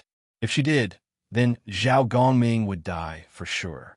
Thinking of this, Zhao Gongming didn't dare activate the communication immortal formation anymore. He directly tore open the void and fled, only thinking of escaping from these two terrifying fellows. Miss Artoria, I'll leave the rest of the minions here to you. Don't let them escape. The two of us will go after this Zenith Heaven Golden Immortal. As soon as Gahan finished speaking, he and Liuyan Ling rushed into the void, leaving Artoria standing there in a daze. That's it. Artoria looked at the communication immortal formation that was now under her control. She hadn't expected that the grand, precise, and impeccable battle plan that she had spent so much time and 20 minutes just talking would not be of any use. In the end, the two humans' random attacks had driven Zhao Gongming away. Kel Thuzad, inform everyone to move out. Leave no one alive. Artoria sighed and freed herself from her disappointment. Then, she began to command her men to clear out the Heavenly Court's troops in Emperor Qin's mausoleum. At the same time, in the void, Zhao Gongming was engaged in an extremely difficult escape. He constantly tried to use the sea calming pearl in his hand to send his opponent flying, but the man's sword seemed to have eyes and easily blocked his sea calming pearl. The remaining woman ignored Zhao Gongming and continued to unleash sword chis at Zhao Gongming as if they were free. How could Zhao Gongming block such an attack? Another fleeting time, sword chi sliced off half of the black tiger he was riding on. It looked like it was on the verge of death. Zhao Gongming, who pitted his mount, could only stop helplessly and retract his 24 sea calming pearls. At the same time, he raised his hands high and said with a bitter smile, "Stop fighting. I surrender. I'll be your captive, okay? This black tiger has been with me for tens of thousands of years. I really can't let it die here." Hearing its master's words, the black tiger under him opened its eyes intelligently. It looked at Zhao Gongming with a touched and gentle gaze. For a moment, there was an urge to cry. This was the scene that girls couldn't stand the most. Liuyan Ling's attitude softened on the spot. However, Gahan didn't care about this. He coldly pulled out his celestial extinguished sword and said mercilessly, "Continue to run. I won't let you go." "Wait, kid, where did you get that sword in your hand?" However, what Gahan didn't expect was that after seeing the celestial extinguished sword, Zhao Gongming's gaze never left the sword. This wasn't a greedy gaze towards a sword. Instead, it was the gaze of a child who saw his father. "That's not something you need to know," Gahan replied coldly. "No, this is the celestial extinguished sword, right? This is definitely the celestial extinguished sword. It can't be wrong. It's impossible for me to recognize Master's weapon wrongly. This is clearly the celestial extinguished sword of the four immortal exterminating swords. The more Zhao Gongming spoke, the more agitated he became. In the next second, something that surprised Gahan happened. Zhao Gongming actually knelt in front of Gahan and said with an extremely agitated and sincere tone, "Friend, if you want my life, just take it. I won't have any complaints. I just beg you to tell me, how did you get this celestial extinguished sword? Have you seen the owner of this celestial extinguished sword? As long as you can solve the doubts in my heart, I'll be satisfied even if I die now." The owner of the celestial extinguished sword. I'm afraid the owner he's talking about is the Tongtian sect leader that celestial extinguish and immortal exterminating swords mentioned. Gahan's thoughts changed. He gave Liu Yinling a look to calm down, then turned to Zhao Gongming and said, "If you want me to believe you, hand over your 24 Dinghai pearls and your silver whip to me and put on this restraining device. I'll believe you and tell you about this sword." Handing over his most important weapon and artifact, and putting on restraining device to restrict his power to the level of an ordinary person was something a normal universe level Yuan Ko wouldn't be willing to do even if he died. However, Zhao Gongming didn't hesitate at all. He threw the 24 Dinghai pearls and his weapon in front of Gahan. He also obediently cut off his connection with the Dinghai pearls so that Gahan could directly put the pearls into his dimensional pocket. This way, unless Gahan opened his dimensional pocket himself, Zhao Gongming wouldn't be able to find his 24 Dinghai pearls for the rest of his life. After that, he obediently put on the restraining device.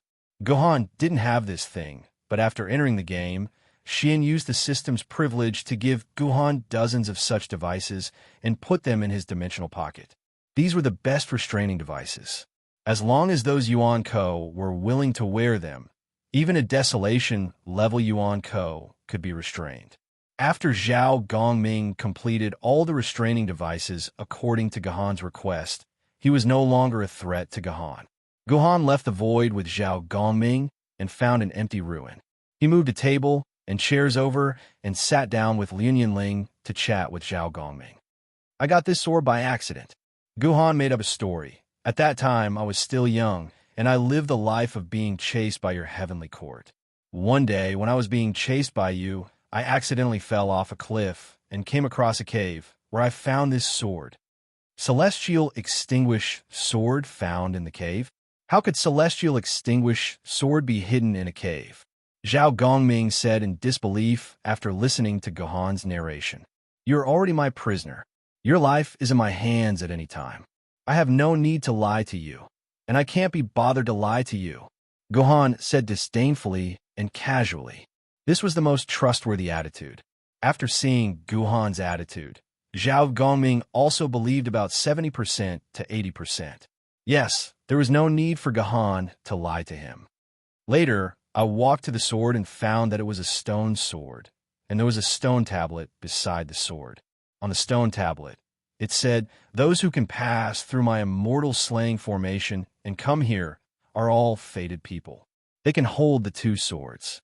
If the two swords reveal their true bodies, they will be the direct disciples of sect leader Tongtian and will revitalize the tribe of Jie."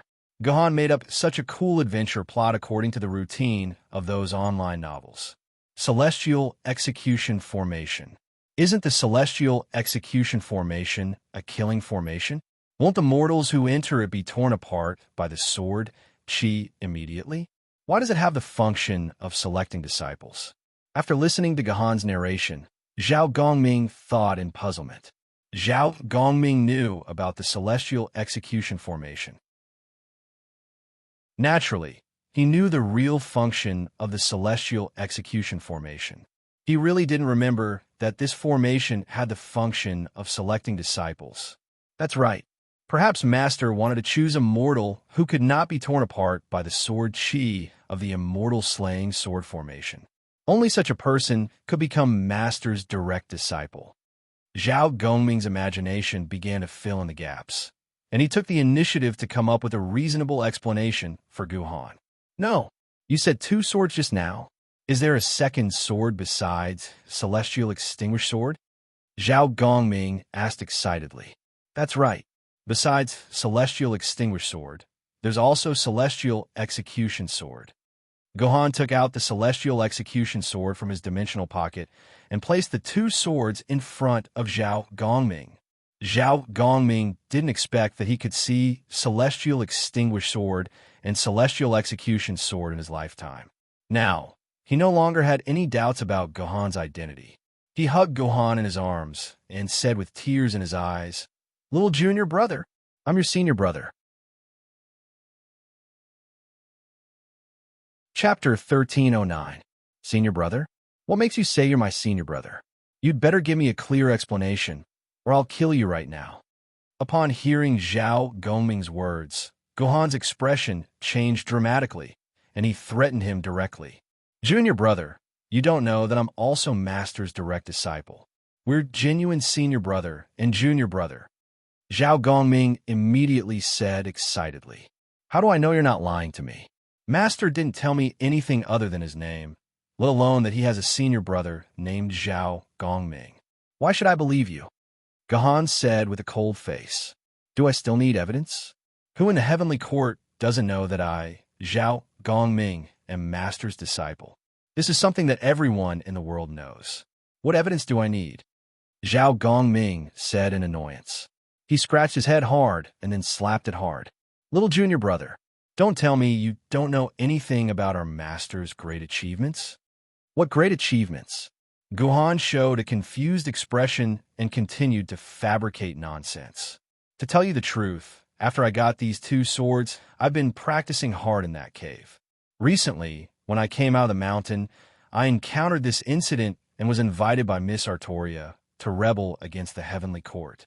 I see. It seems that I need to tell you the story of our tribe of Jia, junior brother. Zhao Gongming coughed and cleared his throat. Then, he spent a total of 4 hours narrating the investiture of the Gods' War. Of course, Zhao Gongming's focus was on how shameless the tribe of enlightenment was, how they bullied the weak, and even brought out their master, the primeval Lord of Heaven, to bully the juniors.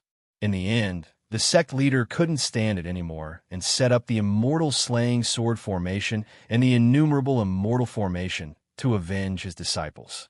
In the end, the primeval Lord of Heaven and Taishang Laojun colluded with foreign enemies and attracted 2 sages from the west.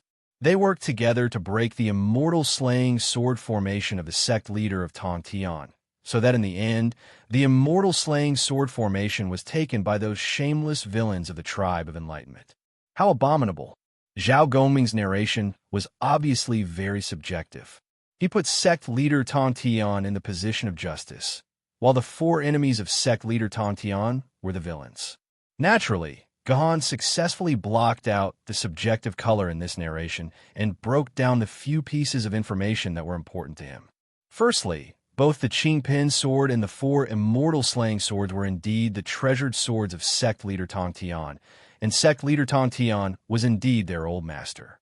Number 2, since the beginning of time, the 7 most powerful people in the world were known as sages. These sages were so powerful that they could split the heavens and earth apart, refine the earth, water, wind, and fire, and return the entire world to primal chaos. They could even create a small world with a single thought. This was an unbelievable realm. Any saint-level existence could beat up the Jade Emperor and other top desolate-level existences like Yuan Ko. From this point, it was very likely that the 7 sages had already surpassed the limits of Emperor Sword and Primal Desolate level. They had reached a level that only existed in the imagination of humans. Existences like these could probably crush the entire Yinjing city to death with one hand. Number 3. Among all the 7 sages, sect leader Tongtian was ranked 2nd. Apart from sect leader Tongtian's master, sect leader Tongtian was the most powerful. He could fight 4 sages at the same time. Number 4. The fairy slaying sword formation was the most powerful treasure among all the innate cardinal treasures. With the fairy slaying sword formation, one could fight 4 sages at the same time. Therefore, sect leader Tong Tian's power was not unrelated to the fairy slaying sword formation. Let me think about it. After Zhao Gongming finished speaking, Gu Han pressed her head while telling the others around her to keep quiet. She continued to speak to herself. After listening to Zhao Gongming's narration and combining it with the truth that he had learned from celestial extermination and celestial slaying swords, Gu Han felt like he had grasped the truth of this world. At the moment, Gu Han had already found out the truth from celestial extermination and celestial extermination swords. The mastermind behind the entire world was sect leader Tong Tian. The Great Destruction was also very likely the result of the battle between the celestial extermination swords and sect leader Tong Tian. If these saint-level existences could really achieve one world with one thought, then the origin of the two-dimensional worlds might have been created by the sages. However, following the battle between the celestial extermination swords and sect leader Tong Tian, the barrier between the normal world and the two-dimensional world was broken. As a result, the entire world was in chaos. As for why the celestial extermination swords fought with sect leader Tong Tian, even a pig could easily guess. It was because sect leader Tong Tian, who had lost to the 4 sages, felt extremely indignant. At the same time, he deeply hated this world. Therefore, he wanted to refine the earth, water, wind, and fire of the entire world so that the world could return to chaos and reopen the entire world. However, the primeval Lord of Heaven and the other sages did not want this world to be destroyed. Therefore, they took out the celestial extermination swords and fought with sect leader Tong Tian. In the end, they successfully defeated sect leader Tong Tian and sealed him. Meanwhile, the celestial extermination swords were destroyed in this earth-shattering battle. As for the other sages, they were either seriously injured in the battle or simply died in the battle. Therefore, after the battle ended, no one cared about the damaged celestial extermination swords and let them fall into the human world. They did not repair the world that was destroyed in the dimension wall. As a result, humans were left to live in the abyss of suffering. Anyway, the sages did not care about the lives of humans.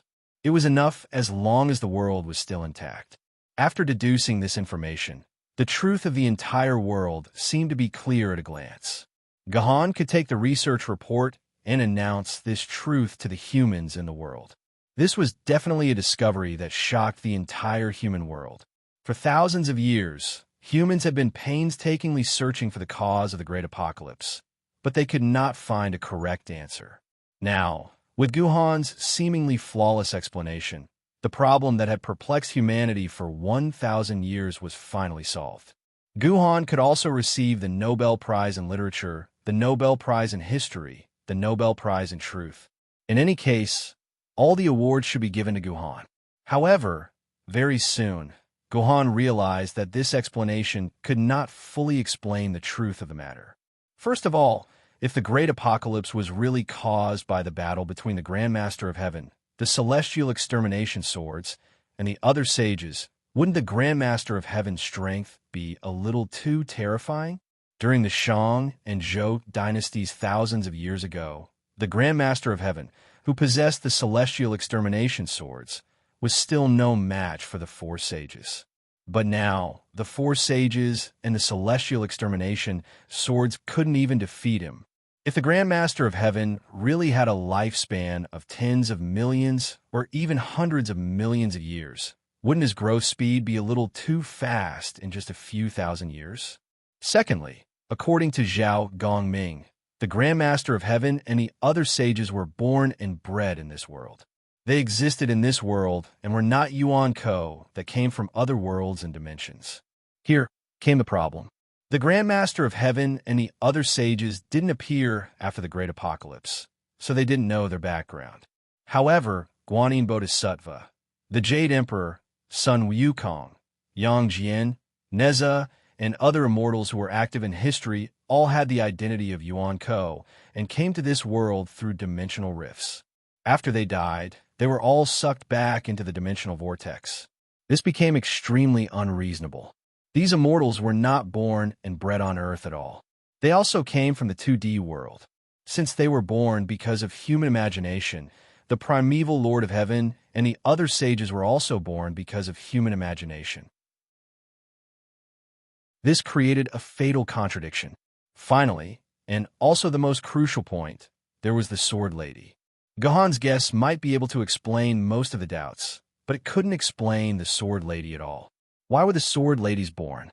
Why were they in such a state with the sword bearers? Why did they naturally stand on the opposite side of Yuan Ko and fight to protect human beings?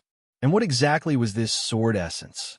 As for the Sword Lady's doubts, Gahan's guess could be said to be unable to explain any of them. As the most crucial point after the Great Apocalypse, if the Sword Lady's existence couldn't be explained, then the entire guess itself would be a castle in the air and wouldn't be able to withstand logical doubt. Oh, that's right, there's one more thing. Why did the leveler, Flowing Maple, suddenly appear in this world? Why did he say that he was a leveler like him? Could it be that the 6 sages in their world had also gone crazy and wanted to refine the entire world? There was also the Grandmaster of Heaven's Grandmaster. Although he had mentioned this person a few times, every time he mentioned this person, Zhao Gongming's face would be filled with fear and respect. He didn't even dare to say the Grandmaster's real name and could only respectfully address him as Grandmaster. In any case, in the end, Gahan felt that his guess was not very reliable. Perhaps he had figured out part of the truth, but there was still another part of the truth that was still deeply concealed and unknown to others. Little junior brother, you don't have to doubt my words. Any deity or human would know these things clearly. I'm definitely not lying to you. Zhao Gongming said very sincerely. I believe you, senior brother. Guhan also gave Zhao Gongming an extremely sincere expression. That's good. Zhao Gongming laughed heartily. That's right, junior brother. Since you just came out from the cave, you definitely don't have your own Taoist name, right? Why don't you let me give you one? Taoist name? Guhan thought for a moment and felt that this Taoist name might be similar to a title, so he replied with a smile. There's no need for that. Master has already given me a Taoist name on the stone tablet. Oh, what is it? Zhao Gongming was instantly interested and asked curiously. Hongjun, Guhan said. Plop. Zhao Gongming fell to the ground. Chapter 13:10. Junior brother, is your Taoist name really Hongjun? Junior brother, is that really the Taoist name Master gave you? After Gahan revealed his Taoist name, Zhao Gongming kept asking him this question. It was as if he did not believe that the prime of Tongtian would give Gahan this Taoist name. However, Zhao Gongming was right to be worried. The Taoist name was not given to Gahan by the prime of Tongtian. It came from Rina Takasaka. Of course. What's wrong with this Taoist name? Guhan glanced at Liuyan Ling. Liuyan Ling shrugged her shoulders, indicating that she did not know the story behind this Taoist name. Master, what exactly are you thinking about? I really can't figure it out. Zhao Gongming looked at the sky blankly and mumbled to himself. Senior brother, what's wrong with this Taoist name? Senior brother, please tell me the truth. Guhan asked again. Sigh, I can't say it. I can't say it. Zhao Gongming shook his head helplessly. We don't have the right to mention this name. Otherwise, we will definitely incur the wrath of the heavens. However, since Master gave you this Taoist name, he must have his reasons. Don't ask too many questions. By the way, unless our senior and junior brothers ask, you must not tell them your Taoist name. Otherwise, you will encounter great trouble. Fine. Since senior brother doesn't want to say it, I won't ask anymore. Gahan waved his hand. However, please forgive me, senior brother.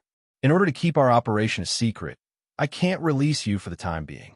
Senior brother, please stay here for a while.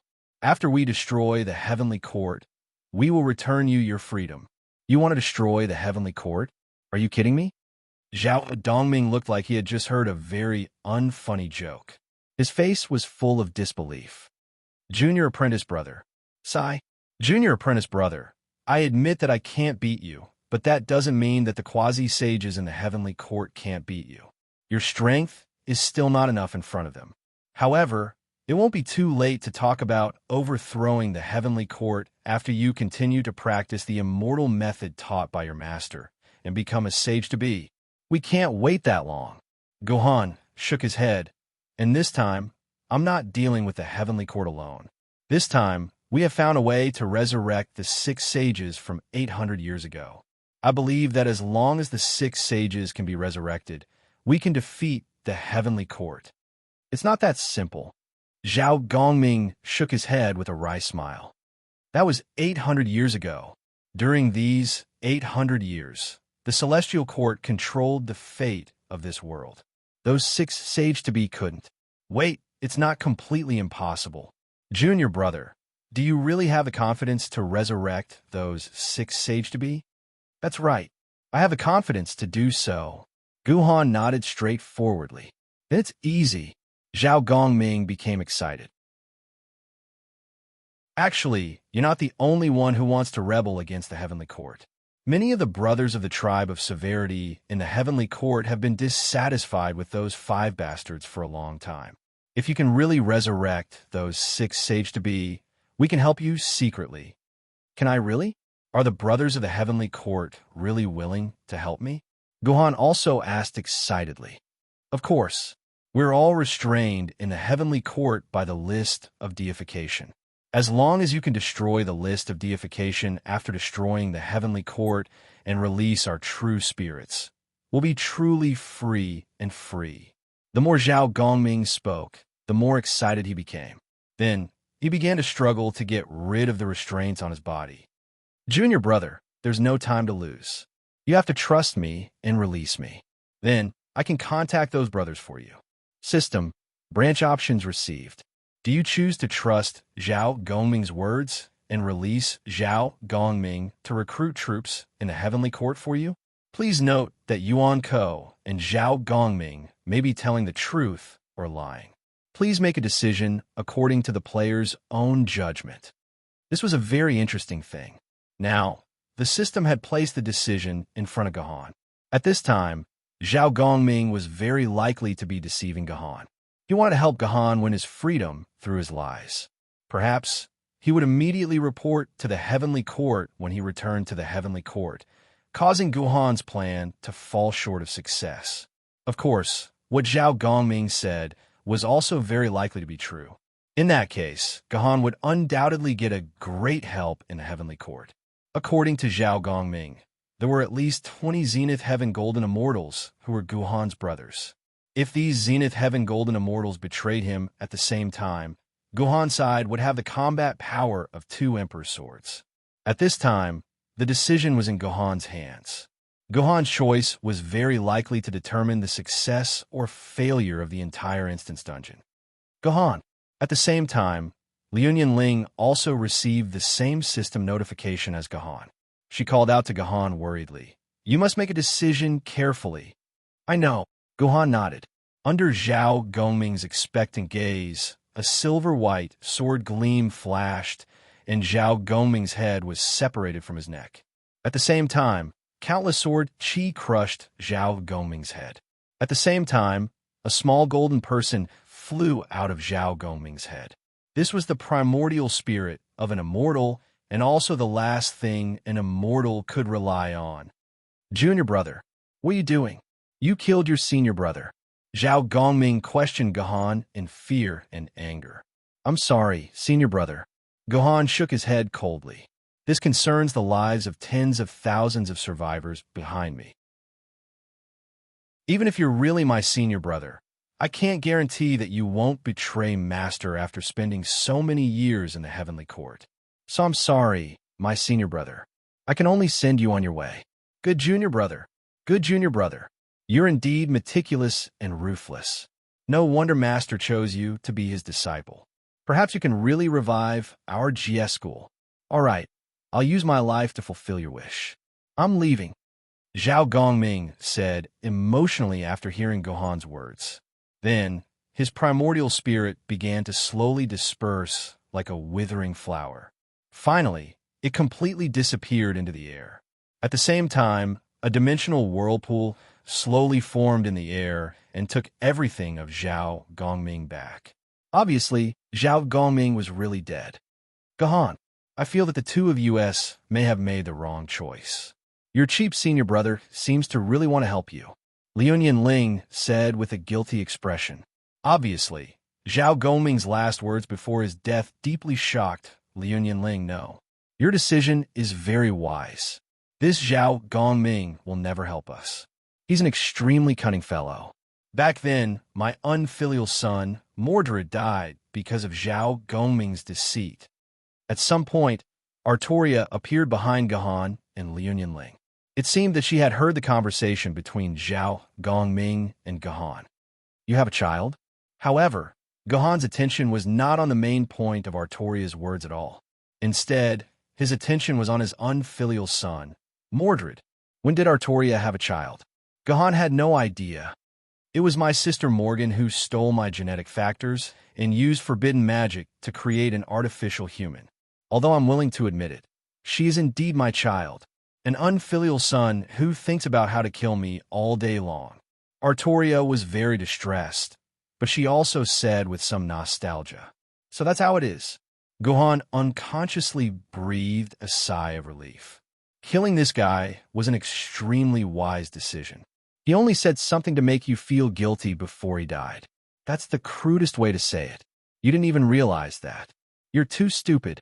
Let me tell you, we can't trust anyone except our own people now, Artoria said as she walked into the distance. Hurry up, the great saint's soul in that stronghold is still waiting for you to collect it with the peach tree of immortality. It seems that I've made the right decision in at least one aspect. Looking at Artoria's back, Gahan said to Liu Ling with a smile, "At least from now on, Miss Artoria sees us as her own people. Is that so?" Liu Ling gave Gahan a meaningful look. "Why do I feel that you're especially happy after Artoria sees you as one of us?" The people led by Artoria had already cleared out all the immortals in Emperor Qin's terracotta army. This allowed Gahan to collect the great saint's souls scattered in Emperor Qin's mausoleum into the peach tree of immortality as quickly as possible. Gahan only needed to hold the peach tree of immortality and walk around the mausoleum once. Some of the faint blue light would automatically be attracted by the true spirit in the peach tree of immortality and absorbed into it. The whole process would take no more than an hour. We need to speed up. The Heavenly Court changes guards every 3 days, which means that they'll be aware of our plan in 3 days at the latest. You've already wasted a lot of time chasing Zhao Gongming. You need to speed up. All right, I'll listen to you, Gahan said straightforwardly. Then, under Artoria's lead, Gahan and Liu Ling spent nearly 2 days clearing out the Heavenly Court's guards at the peak of Mount Tai, the source of the Yellow River, the coast of the East Sea, and the Hidden Dragon Forest. They collected the souls of 5 great saints. The whole process was quite simple. Just like how they dealt with Zhao Gongming, Artoria opened a void gate, and the 3 of them surrounded each other and gave each other a good beating. That was the end of the battle. The smoothness of the process completely exceeded Artoria's expectations. At the same time, she was deeply aware of Gahan's terrifying strength. Not only did he master the power of nomological laws, but he also completely crushed her in swordsmanship. If she fought with Gahan, she might not even have a 10% chance of winning. Where did such a terrifying human come from? All right, we've gathered all 5 places. Where's the last one? Right here. Artoria pointed to the location of Old Yinjing City on the map. It's around this founding Emperor Memorial Hall. Chapter 1311. The Great Ancestor Memorial Hall. What is this place? Why does it feel so weird? There's not a single person around.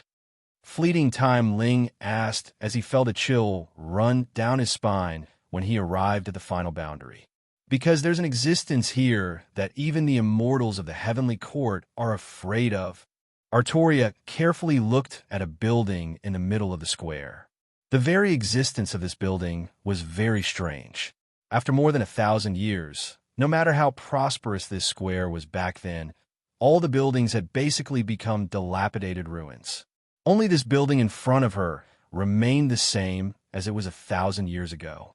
Apart from a lot of dust that had accumulated on it, there was almost no change.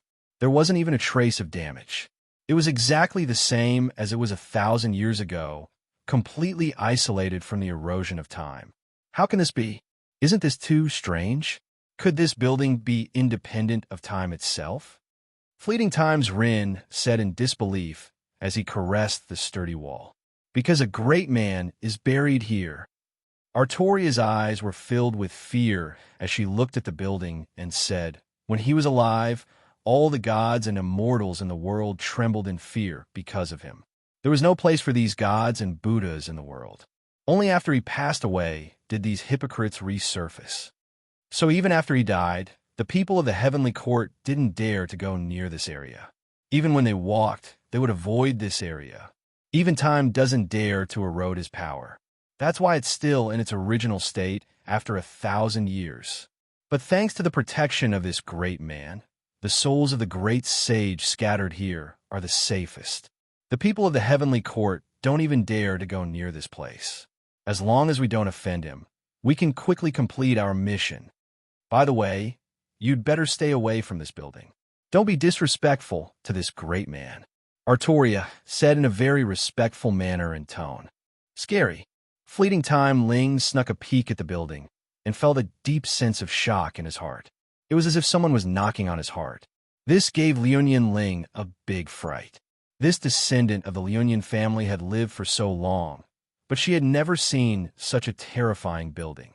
Just the power of its death was enough to make an immortal sword wielder tremble in fear. Let's not talk about it. Let's hurry and collect the souls of the great sage here. Guhan also felt that this place was strange and frightening. Without saying a word, he used the immortality peach tree to collect the souls of the great sages in the area. The entire mission was carried out very quickly. There were no interruptions at all, and the work was unexpectedly completed.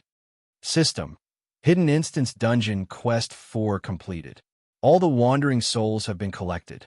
System: Hidden Instance Dungeon Quest 5 has been generated. Please return to Liu Ban's side immediately and prepare to resurrect the deceased great sage. When the last soul floated into the peach tree of immortality, Gahan and Liunian Ling heard the dungeon's notification at the same time. This made Liunian Ling heave a sigh of relief. She did not expect this mission, which took the longest time, to be completed so easily and happily. All right, all the collection missions have been completed. Let's go back quickly. Artoria urged them. No. To everyone's surprise, Gahan shook his head and rejected. It's not time to go back yet. Don't we still have the soul of a great sage that we haven't collected? That's impossible. We've collected the souls of 6 great sages. I've calculated it. It can't be wrong. Artoria said in shock. That's right. Gahan, didn't you receive the mission notification? The souls of the 6 great sages have indeed been collected. Liunian Ling also whispered in Gahan's ear. These 6 souls have indeed been collected. But have you forgotten that there's still the soul of the 7th great sage? Gahan said faintly. You're absolutely crazy. You actually want to resurrect the soul of the accomplice of the heavenly court. On the way to the destination, Artoria chattered in Gahan's ear. She still did not understand why Gahan wanted to resurrect the 7th great sage. That guy was obviously the culprit who caused the failure of the 6 great sages 800 years ago. Yes, that's right. The person Gahan was planning to resurrect at this time was the Emperor's sword-level sword-bearer who had been brainwashed by the heavenly court to become a sword immortal 800 years ago. It was also with the help of this sword-bearer that the heavenly court blocked the attack of the 6 great sages and delayed the return of the rest of the desolation-level powerhouses. In the end, the 6 great sages were forced to self-destruct, causing the remaining human forces and Yuan-Ko's forces to live a miserable life of hiding for 800 years. However, this sword-bearer's fate was not good either. In the end, the heavenly court killed him after he had outlived his usefulness, and he also ended up self-destructing. His soul floated somewhere in this world, just like the 6 great sages. The enemy of our enemy is our friend. Since she was betrayed by the heavenly court, her heart must be filled with hatred towards the heavenly court. So if we can resurrect her, she will definitely stand on our side. Gahan answered Artoria. That's not necessarily true. His hands were stained with our blood back then. Maybe the first thing he will do after resurrection will still be to kill us, Artoria said.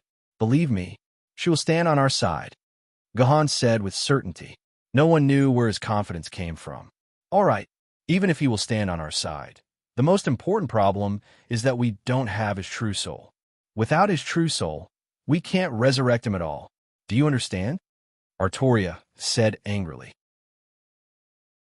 The reason we were able to resurrect the 6 great sages was because they left their true souls in the peach tree of immortality. At the same time, they borrowed the power of the peach tree to preserve their true souls for thousands of years, giving them the opportunity to resurrect. But this heavenly court's lackey is different. Even if he left his true soul behind, it will still be in the hands of the heavenly court. In any case, it won't be in our hands. Without the true spirit in hand, resurrecting him is impossible. You don't have to worry about that. I have her true soul, Gahan replied calmly. At the same time, he touched his ring finger, where he wore an aquamarine ring. Under Artoria's lead, Gahan and the others finally arrived at the peak of Kunlun Mountain in the far west. It's here.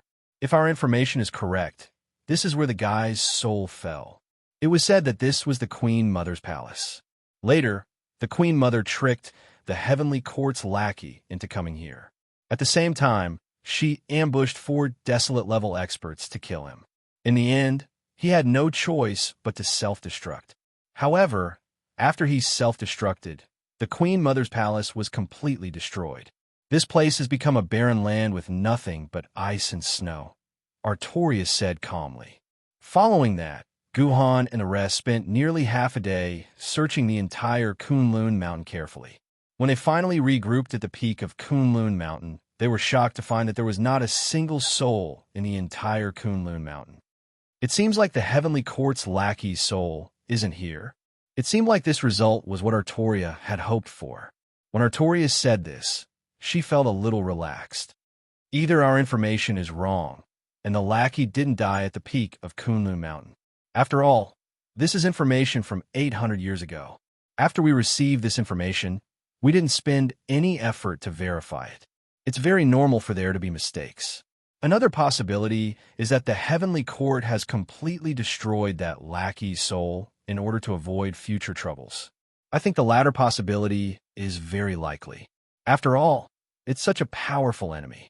Only by completely destroying it can the heavenly court feel at ease. Moreover, his soul isn't like the souls of the 6 great sages. It's a bait to lure us out. His soul has no value. Destroying it is the right thing to do, Artoria said with certainty. Her analysis was very reasonable. Even Liunian Ling could not help but nod in agreement. She felt that the truth should be, as Artoria said. No, her soul is here, I'm sure. To Artoria and Liunian Ling's surprise, Gahan actually told them this with a very certain expression. Why are you so sure?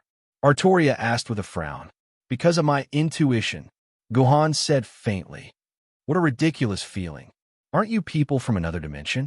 How can you feel the same as the people from our world? Artoria rolled her eyes at Gahan. Forget it. If you want to find it, I won't accompany you. But you two better hurry up. Master Luban seemed to have said that you only had a week. 3 days have passed, and you only have 4 days left. If you can't wipe out the heavenly court in 4 days, you may never be able to go back. What the hell?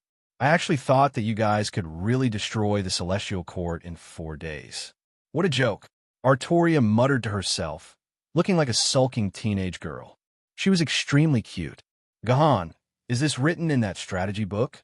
Seeing Artoria leave in a sulk, Liunian Ling moved closer to Gahan and asked softly.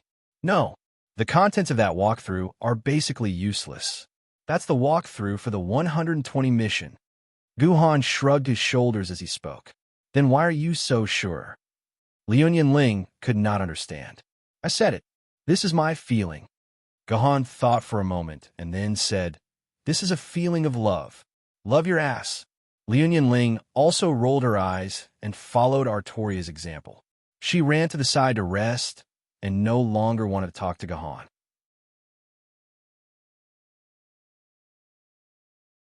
Chapter 13:12.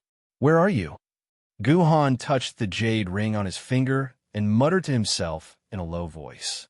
He looked like a lunatic. The jade ring didn't answer Gahan's question. Instead, it flickered with a green light, which seemed to be guiding Gahan. What are you trying to tell me? Guhan took the jade ring off his finger and placed it on his palm. If the soul in here is really your soul, then tell me where you are, he said in a low voice. After saying this, Gahan slowly put down his hand that was holding the jade ring. Then, a miraculous scene happened.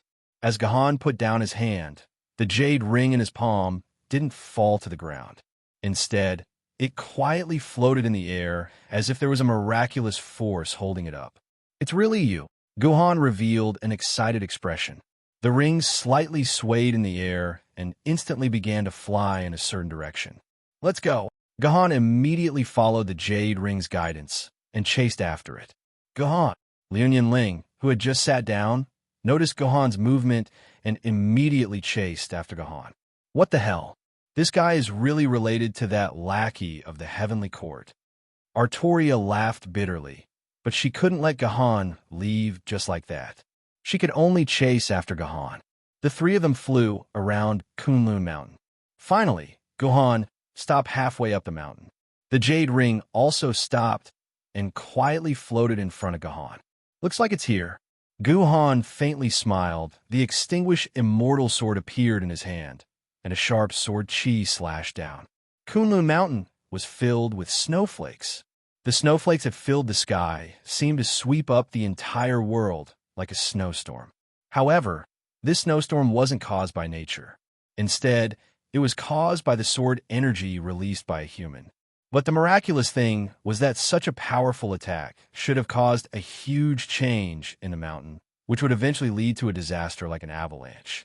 But in fact, other than the area halfway up the mountain, the other areas were unusually quiet and peaceful. There were no changes at all. This also highlighted Gahan's terrifying control over his power.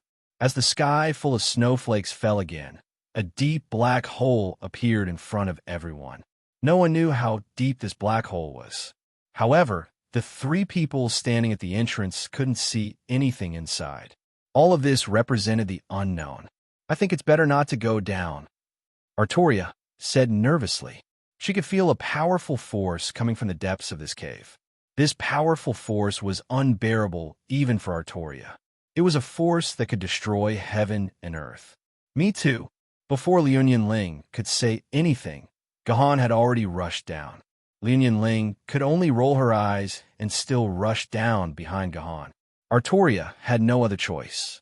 What else could she say? She rushed down too. The three of them didn't know how long they flew in this cave. They only knew that the originally extremely cold air began to become normal, and then the temperature began to rise gradually. Soon, it exceeded the limit of 50 degrees that humans could survive and reached a super high temperature of more than 500 degrees. As a normal human, Liu Ling was the first to be unable to withstand such a temperature. She had to open her personal shield to isolate the terrible temperature. As for Artoria, there wasn't much change. As a universe rank Yuan Ko, such a temperature was not a small test for Artoria. What Artoria found strange was why Gahan was like her. He didn't support his personal shield like his companions. The temperature was still rising. When everyone could see the flowing magma, the temperature had risen to about 3,000 degrees. Liu Ling, who was in her personal shield, began to sweat continuously. Even the personal shield could not effectively isolate this problem. Artoria's forehead was also sweating. In fact, Artoria could use the Wind King boundary to isolate the temperature, but at this time, Gahan still had no intention of using his personal shield. Therefore, because she was still breathing, Artoria was unwilling to use her Wind King boundary. Fortunately, at this time, this cave had reached a magma river. Instead of continuing to go down, they had to go along this magma river. But because the magma river was right beside them, the temperature rose further to 4,000 degrees. At this time, Artoria could no longer persist and could only support her Wind King boundary. But to Artoria's dismay, Gohan still had no intention of using his personal shield. On the other hand, Fleeting Time Ling's condition had worsened. The temperature had risen to around 500 degrees Celsius, and her clothes were soaking wet. Her clothes were sticking to her body, and her skin could be seen through. Ling, why did he go up first? Gohan noticed Liu Ling's situation and took the initiative to persuade her. You know my personality. What's the point of saying something like that? Liu Ling glared at Gohan. I'm just saying. Gohan smiled. His celestial extinguished sword sent out a dozen or so sword auras that firmly surrounded Liu Ling. Liu Ling instantly felt the temperature around her drop several times, returning to a normal level that she could accept. Who needs your help? Liu Ling was even more displeased. But Liu Ling had to admit that even Liu Ling could not use sword auras to isolate the temperature. Liu Ling's swordsmanship was still a little lacking, which made Liu Ling extremely displeased. But when she remembered that it was Gohan who helped her, she felt a little warmth. We're here, right here. Gohan abruptly stopped in his tracks. Only then did everyone discover that they had arrived in a vast expanse of whiteness. But what was incomprehensible was that there was clearly a river of lava behind them that had a temperature of thousands of degrees. How could there be a terrifying world of snowflakes in front of them? On one side was lava, and on the other was a plain of ice. These two extremely opposite environments actually appeared in the same underground world at the same time. The closest location of these two extreme environments was less than 10 centimeters apart. The shore of the lava river was facing the vast expanse of white snowflakes. This was simply beyond the imagination of ordinary people. All right, I don't need your sword auras anymore. Although she did not understand why there was a plain of ice here, Liu Ling directly escaped from Gohan's sword auras and rushed into the plain of ice. Oh my god! In the next second, Liu Ling jumped back. The temperature of the plain of ice had probably exceeded absolute zero. The moment Liu Ling stepped into the plain of ice, she felt as if her blood was about to freeze. This scared Liu Ling so much that she jumped back. What had Liu Ling not seen before? But this was the first time she had encountered such an extremely cold environment. The unbearably hot environment became so warm at this moment, as if it was a mother's embrace. Let's go. With a wave of Gohan's hand, thousands of sword auras shot out to form a gigantic barrier that surrounded Artoria, Fleeting Time Lin, and Fleeting Time Lin. Who needs you to care? I can go on myself. Artoria muttered as she tried to rush out of Gohan's sword aura barrier. Don't be stubborn, Gohan shouted at Artoria, and the originally aggressive Artoria immediately softened. Artoria did not know why she softened, but she obediently stopped and followed Gohan's steps into the world of ice. What absolute zero? What a joke, Gohan said with concern. This place is at least 3 times above absolute zero. If Ling did not escape quickly just now, she would have been frozen into an ice sculpture. Even if your Wind King barrier is stronger than our personal shield in terms of temperature isolation, the result would be the same in this temperature. Thank you. Artoria was stunned for a moment, then nodded to express her gratitude. Look, there's someone there, Liu Ling suddenly said with great surprise. Following Liu Ling's finger, they saw a lonely figure standing at the end of their sight, as if silently waiting for something. Let's go. Gohan and the other two immediately walked forward, but when they reached the side of the figure, they were shocked to find that it was not a real person, but an ice sculpture, a sculpture of a man that had been carved to the point of being alive. There's more than this one. There are many more ice sculptures inside, Liu Ling said with even more surprise. At a glance, there were more and more densely packed ice sculptures lined up at the edge. These ice sculptures wore different clothes and made different movements, looking like a real person at work. But there was one thing that made Liu Ling and Artoria more and more flustered. because these ice sculptures all had the same appearance. All of them were a handsome young man, and this young man looked more and more like Gahan. Gahan, is this person you? Liu Ling finally could not hold back the doubts in her heart and took the initiative to ask Gahan.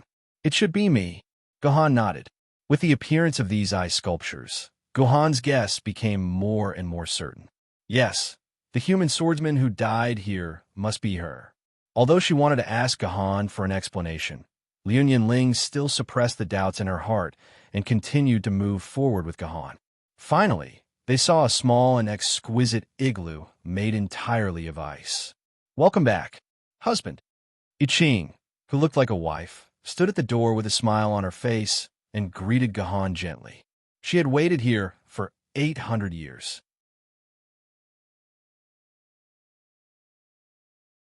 Chapter 13:13.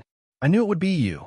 Gahan smiled at I Ching, who was standing at the door, and then said to Liu Ling and the others behind him, "Don't stand outside. Come in, it's very cold outside." Liu Ling and Artoria looked at each other, not knowing what was going on. In the end, they could only follow behind Gahan and walk into the igloo. The outside world was so cold that it could freeze people into ice sculptures in an instant, but the world inside the igloo was unusually warm, like a brilliant spring, which was amazing. But there were no furnishings in this igloo. Except for an ice table and 4 ice stools, there was no other furniture. Husband, I don't have any tea or food here, so I can't entertain you. Please forgive me, husband, I Ching said with some shame. I do. Gahan smiled and took out a whole set of tea sets from his dimensional pocket. He slowly brewed a pot of tea and distributed it to I Ching and the others. I'm sorry, husband. I'm afraid Ching, or won't be able to taste husband's gift. Looking at the steaming cup of tea in front of her, I Ching's face was full of pity. Liu Ling and Artoria looked at the steaming tea and could not drink it at all. They took a sip and stared at Gahan and I Ching, as if flowers could be seen on their faces. Let me introduce you. Gahan did not intend to keep them in suspense. He pointed to I Ching and said, This is Jatian Jindi I Ching. Although I'm not sure about my relationship with her, it seems that in the past, the two of us had an affair. An affair? A few black lines appeared on Liu Ling's forehead. Even if such an introduction was not unheard of in the future, it could be considered unprecedented. Look at what you're saying, husband. How can you introduce them to the younger sisters like this? I Ching gave a gentle smile and said to Liu Ling and Artoria, Sister Ling, Sister Artoria, I'm your sister. You can call me Sister I Ching. Let's serve our husbands well and live in harmony. Bah! Artoria was the first to jump out of her chair and spat on the ground. You must be the lackey of the heavenly court 800 years ago. I remember now. The title given to you by the heavenly court is the great sage shrouding the heavens. You better watch your mouth, or I'll. What else can you do? I Ching's expression turned cold. Artoria suddenly found that starting from her thighs, her entire body began to freeze uncontrollably. Her flesh and blood quickly turned into ice. Just when Artoria thought she was done for, the freezing stopped abruptly. The result was that other than her upper body, her entire lower body had been frozen together with the floor of the igloo, and she could no longer move. Amazing. Seeing this scene, Liu Ling's expression changed drastically, and she swallowed the words she was about to say. Liu Ling knew how strong Artoria was. Although she was not as strong as herself, there was not much difference between them. Since Artoria could be frozen by her opponent in an instant, she most likely would not be able to escape from her opponent's means. Artoria, don't blame me. I just wanted to help you calm down. With a flick of I Ching's finger, Artoria's frozen legs instantly returned to normal, as if nothing had happened. But this time, Artoria did not dare to speak again. She obediently sat back on the chair, not daring to move. I Ching was too scary. What's going on with this dungeon? Why are you here? Did you design this dungeon as well? Gahan drank the tea in one gulp and asked curiously as he looked at I Ching's face. No, husband, this dungeon really has nothing to do with I Ching. Ching was also dragged into this dungeon.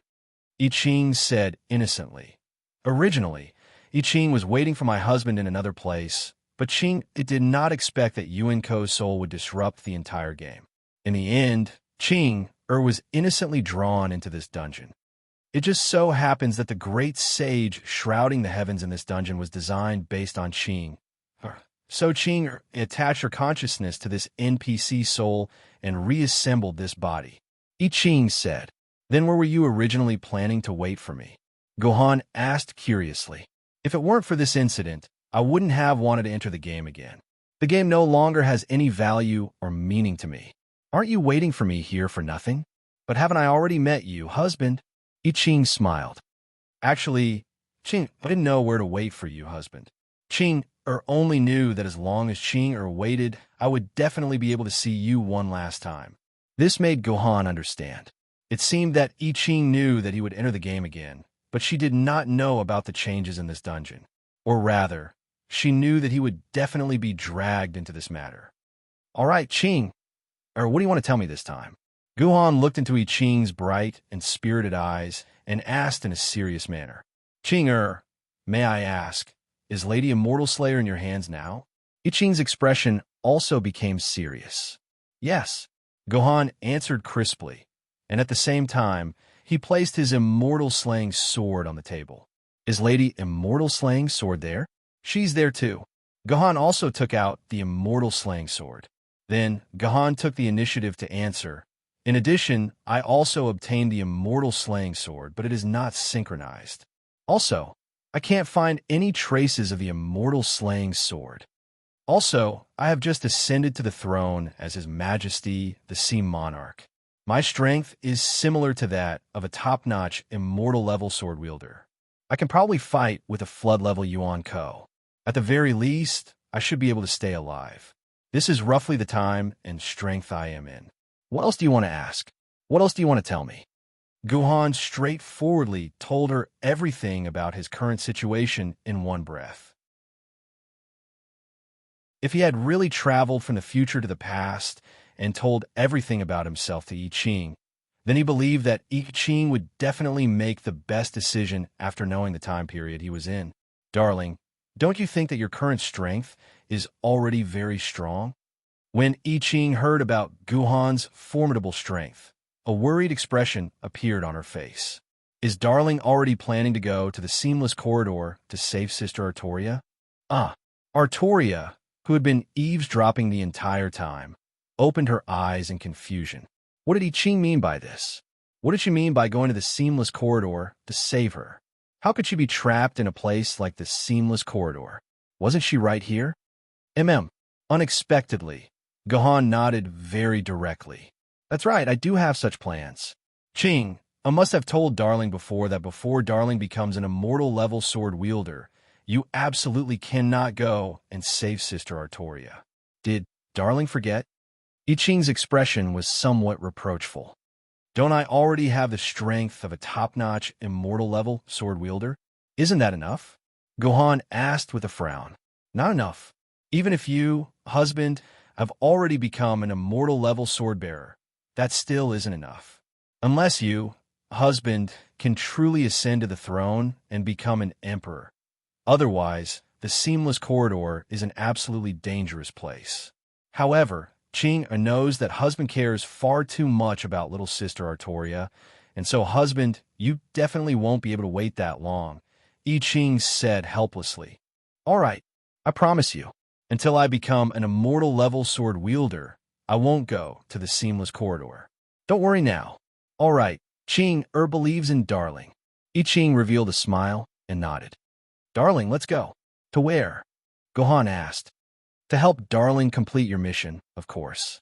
"Darling, didn't you come all the way here in hopes that Ching can help Darling leave this dungeon?" I Ching said. "But you still haven't told me what you came here to tell me." Gohan asked curiously. "Didn't Ching already say it?" I Ching smiled. "Helping Darling leave this dungeon is Ching's mission this time, isn't it? What's your relationship with that I Ching? Is she really Zhetian Jinni? Isn't Zhetian Jinni a man?" Liu Ling asked as she bit Gohan's ear on the way back to Xianying Airport. Because I Ching was still a soul, she couldn't leave the ground for long. Like the other souls, she temporarily hid in Gohan's peach tree of immortality. And so, the group returned to how they were before. Don't tell me that even the Leonian family doesn't know that there are actually two Zhetian Jindi. Gohan looked at Leonian Ling with some surprise. He decided not to lie to his beloved woman, so he said decisively, "Actually, there are two Zhetian Jindi. One is the male Zhijindi that you know of, and the other is I Ching." I think she gave herself the title of Sihan Jindi. That's impossible. Zhetian Jindi is a heaven-defying figure second only to our ancestor. Our Leonian family pays close attention to him. In our database, Zhetian Jindi's information takes up an entire room. There's no way that Zhetian Jindi is a man and a woman can hide from our Leonian family. But Sihan Jindi, I've seen this title somewhere before. I think there's such a person in Zhetian Jindi's information, but it doesn't seem to be there. How strange. Wait, Sihan.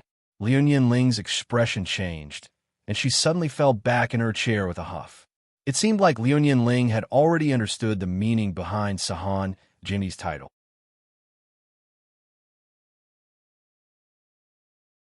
Chapter 13-14. System.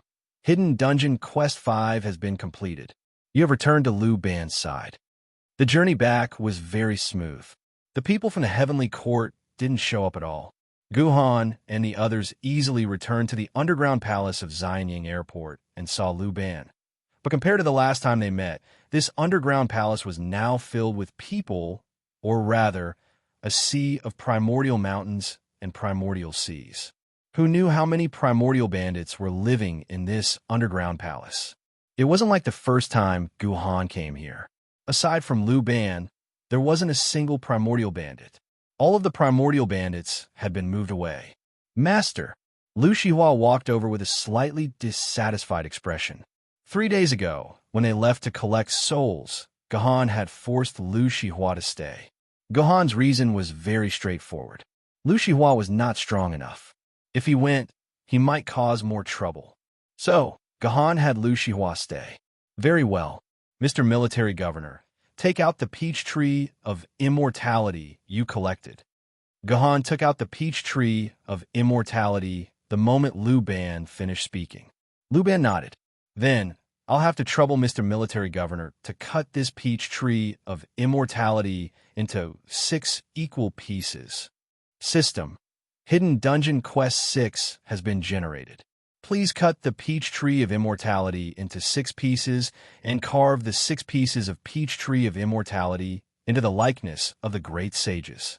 Cut it into 6 pieces. Seeing the quest prompt, Gohan pondered for a moment and understood Liu Ban's intention. Lord Liu Ban, are you planning to use this peach tree of immortality as the bodies for the resurrection of the 6 great sages? Gohan asked directly. I didn't expect you to be able to figure that out. Liu Ban praised and nodded. That's right. This peach tree of immortality is the wood of longevity. It is also the most suitable material for storing souls. If you use this peach tree of immortality to carve the bodies and combine it with the 3 innate materials, you can resurrect the 6 great sages. This is great. The 6 great sages can finally be resurrected. Hearing Liu Ban's words, Artoria was the first to cheer excitedly. This emotion spread throughout the underground palace, and everyone cheered with her. Once the 6 great sages were resurrected, it meant that the 800 years of struggling at death's door and hiding were finally over. How could this not make the remaining Yuan-Kos cheer? Gohan frowned slightly when he heard the cheers around him. He immediately asked Liu Ban, "Can this peach tree be divided into 7 parts? 7 portions?" Liu Ban's expression was one of shock. Artoria, who was beside him, immediately reacted. She walked up to Liu Ban and whispered a few words in his ear. She had obviously told Liu Ban about I Ching. So you wanted to resurrect Zhetian Jindi as well. Can you guarantee that Zhijindi will be on our side? Liu Ban said with some uncertainty. This mission is extremely important. If anything goes wrong, forget about the millions of souls. Military governor, you must not be harmed at all. I know that. Gohan nodded. I can guarantee that Jitian Jindi will definitely be on our side. If Jitian Jindi is here, our chances of completing this mission will be even higher. Liu Ban hesitated for a moment before saying, I'm afraid there's still a problem. Even if we divide the peach tree into 7 parts, we still need to carve out the original appearances of the 6 great sages. I have the appearance of all 6 great sages in my mind, and I believe I can carve out their appearances accurately. However, I've never seen Jitian Jindi before, so I'm afraid I won't be able to carve out her appearance. That's not a problem. Just leave it to me, Gohan said nonchalantly. Mr. Admiral, don't think that this is a simple matter. To put it bluntly, even with this old man's talent, without 40 years of painstaking cultivation, I still can't say that I can sculpt the 6 great sages with 100% accuracy. Aren't you oversimplifying things by patting your chest and making a promise? Liu Ban's tone was a little displeased. Liu Ban was known as the god of carpentry in the history of mankind. He was the ancestor of all carpentry, and his carving skills were naturally superb. Even Liu Ban needed 40 years of hard work before he could say that he could carve peach wood. Gohan, a young man in his early 20s who had never touched carpentry before, dared to say that he could carve peach wood. Liu Ban was a little displeased that Gohan, a young man in his early 20s who had never touched carpentry before, dared to boast like that. It's fine. I can do it. Gohan ignored Liu Ban's displeasure and insisted. Fine. Then cut it into 7 pieces. Liu Ban could do nothing about Gohan, so he reluctantly agreed. However, before that, Liu Ban asked Gohan to take out the living soil of the 9 heavens. He divided it into 7 pieces and placed them on each side of the peach tree. In Liu Ban's words, the 7 pieces would be used to temporarily absorb the souls condensed in the peach tree. After waiting for about an hour, Liu Ban suddenly shouted, "Do it!" 6 streaks of sword light flashed, and the heavenly peach tree was evenly divided into 6 sections. Each section was around 8 meters in length, so it wouldn't be an issue for them to carve out the appearance of a normal human. Since you insist on carving Jitian Jindi, I'll give you this peach tree. I hope you can finish carving this before I finish the other 6. Otherwise, you'll waste too much time. Liu Ban handed one of the peach trees to Gohan. Finally, it's time to use you again, my old friends. Liu Ban took out a very simple-looking carpenter's tools and stroked them affectionately. After that, he began to work on the 6 pieces of peach tree. Liu Ban lived up to his reputation as the legendary god of carpentry.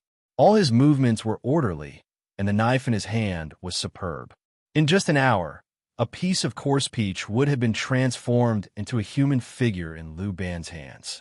If it were not for the fact that the color of the wood was so different from that of a real person, everyone would have thought that it was a living person lying there at first glance. I'm getting old. It took me more than an hour to carve such a small person. Liu Ban, who had finished carving the first person, rubbed his shoulder and deliberately spoke in Gohan's direction. At the same time, his eyes unconsciously drifted to Gohan's position. He wanted to see how the puppet that Gohan was carving was doing. However, as soon as he saw Liu Ban, he was so angry that his beard could not stop blowing. Gohan was not doing anything. He was just sitting in front of the peach tree and meditating. He did not seem to have any intention of doing anything. Is this military governor going to trouble me to do it in the end? Liu Ban sighed his heart. He had no other choice but to continue carving the peach tree. However, the following process was not as smooth as the first peach tree. As his energy continued to be consumed, Liu Ban's spirit continued to decline, and it took more and more time to carve. In the end, when Liu Ban finished carving all 6 figures, 20 hours had passed. Including the time that Gohan had spent collecting souls, 4.5 days had passed since the 1-week deadline. Gohan only had about 2.5 days left. Mr. Military Governor, if you really can't carve it, give me a photo, and I'll try to carve it for you according to the photo. Lu Ban said helplessly when he saw that the peach tree in front of Gahan was still not moving. However, in the face of Lu Ban's kindness, Gahan did not move at all. He was still quietly sitting in a meditative posture, looking calm and collected. In the end, I still have to do it myself. Lu Ban smiled bitterly and reached out to move the peach tree in front of Gahan. However, when Lu Ban was less than a meter away from Gahan, a piercing sword energy suddenly erupted, and Lu Ban was pushed back by the sword energy. His right hand was instantly drenched in blood. Master Lu Ban, are you okay? Artoria quickly rushed over when she saw Lu Ban's injury. Lu Ban exclaimed, "What a powerful sword energy! I can't believe it could injure my hand so badly in such a short time. Amazing! Amazing!" This was indeed an extremely amazing thing. After all, no matter how weak Lu Ban was, he was still a universe-level Yuan-Ko. Without absolute strength, it was impossible to injure a universe-level Yuan-Ko's hand so badly in such a short time. "You bastard! How dare you hurt Lord Lu Ban? Take this, the power of Noxus." When Trias saw that Lu Ban was injured, he immediately swung his big axe and chopped at Gohan's head. "Stop!" Just as Trias's axe was about to land on the defenseless Gahan's head, a blue sword energy appeared out of nowhere and blocked Trias's axe. "You can't hurt him," Artoria said calmly. After fighting alongside Gahan, Artoria understood that Gahan was an indispensable combat force in this operation. He might even be the key to the final victory or defeat. She couldn't let Gahan get hurt. Bang! At this moment, Gahan, who had been in a meditative state, raised his hands and pulled out the immortal extinguishing sword and the immortal slaying sword at the same time. Countless sword energies, as fine as scalpels, gushed out of the two swords and struck the peach tree in front of Gahan. Sawdust filled the entire underground palace like snowflakes. Those who were closest to Gahan couldn't even see the faces of the people around them. They were all covered in light yellow sawdust. The dust came and went quickly. In less than a minute, all the dust had fallen. At this moment, a woman as gentle as water was born under Gahan's sword energy.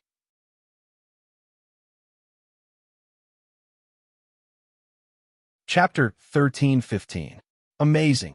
Even Lu Ban could not help but exclaim in admiration when he saw Gahan's sculpture. This sculpture had both spirit and form. Even if it could not compare to Lu Ban's sculpture, the difference was almost the same. So, Lu Ban could not help but ask, "Kid, have you practiced carpentry before?" "No." Gahan shook his head. "That's strange then. Such craftsmanship, such details, such essence, chi, and spirit." Lu Ban walked around I Ching's sculpture for a long time. In the end, he could not help but say to Gahan, "Why don't you learn carpentry from me? I promise you'll finish your apprenticeship in 3 years.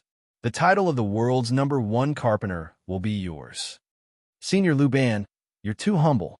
I don't have any talent for carpentry." Gahan smiled. "I'm just condensing my thoughts together and presenting them on this peach tree. This is just a trick of the sword chi. I still don't know anything about carpentry. At most, I'm a brilliant sculptor. Even if I study for another 30 years, the title of the world's #1 carpenter will still belong to you." Of course, Gahan could not accept Lu Ban's invitation. Lu Ban was just an NPC in a dungeon. Even if he left this dungeon, Lu Ban would still exist in the game. He could no longer enter the game. Seeing that Gahan had rejected him, Lu Ban sighed and did not say anything else. He placed the 7 wooden sculptures side by side, took out the living soil of the 9 heavens that he had prepared earlier, and scattered it on the 7 wooden sculptures. The living soil of the 9 heavens was spread evenly, covering the 7 wooden sculptures like a black membrane. "Mr. Military Governor, take out your water of Tai and sprinkle it on these wooden sculptures," Lu Ban said to Gahan. Gahan nodded and took out the water of Tai from his dimensional pocket. Following Lu Ban's instructions, he sprinkled it evenly on the wooden sculptures. The moment the water of Tai came into contact with the living soil of the 9 heavens, something magical happened. The thin layer of living soil of the nine heavens suddenly grew at a speed visible to the naked eye. It looked like a dry sponge that was absorbing water crazily. In the end, when all the water of Tai was used up, the thin layer of living soil of the nine heavens had turned into a thick mass of soil. To put it bluntly, it looked like 7 burial mounds. Legend has it that the living soil of the nine heavens is the source of all soil in the world. It is the source of all soil in the world. It was even said that when the Milky Way broke apart all those years ago, the innate water within the Milky Way flowed into the earth. In the end, it was goddess Niwa who refined rocks to mend the heavens. She used the 5-color divine stones to refine the nine heavens life soil, and she used the nine heavens life soil to plug up the hole in the sky and save the entire world. I didn't expect this legend to be true. Liuyan Ling mumbled to herself. Her family had stored a large amount of information from before the Great Apocalypse, so it was not surprising that she knew about the living soil of the nine heavens. That's right. Lu Ban nodded, because the living soil of the nine heavens has an endless ability to grow. Combined with the natural source of Tai water and the immortality peachwood, the basic materials for resurrection are all gathered. Now, all that's left is to use the true fire of Nine Yang to forge these materials. Understood. Gohan took out the last bit of the true fire of Nine Yang in his hand. He split it into 7 small flames and threw them onto the living soil of the nine heavens. Logically speaking, when the flames touch the soil, they should be extinguished very quickly. But in reality, the true fire of Nine Yang ignited the living soil of the nine heavens. The 7 burial mounds were burning wildly. The true fire of Nine Yang burned for an unknown period of time. Suddenly, the burial mounds began to tremble slightly. Finally, a jet black head broke out of the soil like a young seedling. This scene gave Lu Shihua fright. Half a head suddenly grew out of the soil. This was truly frightening. The jet black hair was just the beginning. Gradually, a complete head grew out of the burial mound. Gohan could clearly tell that this head was the same as the one Lu Ban had carved. However, this head was no longer a wooden head. Instead, it looked no different from a real person. These freshly carved wooden sculptures actually grew out of the grave like trees. Of course, this growth rate was far faster than the normal growth rate. Gohan observed for a moment and found that all the great sages grew at different rates. Some were so fast that half of their bodies had already grown out. For example, this Yuan Ko had 8 different faces on his head. Gohan recognized this Yuan Ko. He was the famous Yamada no Orochi, one of the only 2 desolate-level Yuan Ko in the Fuso Divine System. In reality, this Yamada no Orochi died in the hands of Gujin Jindi about 100 years ago. He did not expect to become one of the 6 great sages of Yuan Ko in the dungeon world. Although Yamada no Orochi was one of the desolate-level Yuan Ko, Yamada no Orochi was the weakest among the desolate-level Yuan Ko. Otherwise, it would not have been so easily defeated by Gujin Jindi, who had just ascended to the throne. The second fastest was Yuan Ko, who wore leather and had eyes like salted duck eggs. Gohan recognized this Yuan Ko at a glance. He was the strongest of the Ultraman clan, the Ultra King. This Yuan Ko had died in the hands of humans more than 400 years ago. The Ultra Clan had also joined the Freedom faction and rarely appeared on human battlefields. The third and fourth fastest were Jindi the Heavens Equal and Jindi the Heavens Equal. The 5th fastest was our comrade Zeus. Speaking of which, this Yuan Ko and Gohan had some history. It was precisely because of Zeus' death that the entire Norse pantheon collapsed. Loki also took the opportunity to become independent, bringing great trouble to Yuzhong City. Among the 6 great sages, the slowest one was a female great sage. When her head grew out completely, the fastest was Orochi, whose upper body was about to grow out completely. Seeing this female great sage, Gohan's expression couldn't help but be a little puzzled. In all the information of Yuan Ko that Gohan had, It seemed that he had never seen a female great sage who looked like this. It's Sister Zetienne. On the contrary, Lian Ling could not help but let out a cry of surprise after seeing the female great sage's face. You know her? Gahan immediately asked curiously. Yes. Lian Ling nodded and said in surprise, she is Wu Zetien's sister.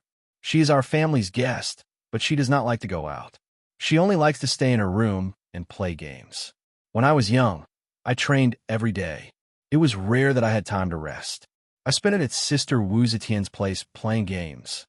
But Sister Wu Zetian always said that she was just another level guest. How did she become one of the 6 great sages? It seemed that this was what shocked Lian Ling the most. There is nothing strange about this. Great Sage Zetian is best at hiding her strength. When she tries her best to hide her strength, you will find that she is not even as good as the weakest human girl. Lu Ban walked up to Lian Ling and explained, Wu Zetian, I think I have seen this name before. Gohan recalled for a moment. By the way, Li Bai once told me that he once wrote a poem to an empress. The empress even invited Li Bai to stay in her palace for the night. But Li Bai has a free and easy nature and does not like the rich and powerful, so he rejected the empress. I think this empress's name is Wu Zetian. Ahem. Lu Ban coughed. He knew the most about Li Bai and Wu Zetian. When Li Bai met Wu Zetian, she was probably an old woman who was almost 80 years old. It would be strange if the handsome and arrogant Li Bai was willing to serve an old woman like Wu Zetian. When Wu Zetian's upper body gradually grew out of the grave, Guhan's expression instantly changed. This was because Wu Zetian's upper body was completely naked, even though the crucial parts had yet to grow out. Although the crucial part had not yet grown out, it was not hard to imagine that when the crucial part emerged from the soil, it would be completely naked. Guhan did not care about Wu Zetian's naked body, but Guhan was concerned about another person's body. Guhan quickly looked at the 7th grave. I Ching was the slowest to grow. When Wu Zetian's upper body was about to emerge, I Ching had only just revealed half of his head. If I Ching's entire body grew out, wouldn't he be like Wu Zetian? Thinking of this, Gahan could not remain calm. He took out his extinguished immortal sword and shot out dozens of sword chi whirlwinds, completely surrounding I Ching's area. The sword chi whirlwinds appeared to be a vast expanse of white. This way, no one from the outside could see what was going on inside the sword chi whirlwinds. Naturally, it was impossible to see I Ching's body that was about to grow out. Then, Gohan walked directly into the sword chi whirlwinds. When he was done, he gave the surrounding Yuan Ko's a warning look. His meaning was clear. If anyone dared to enter, he would kill them.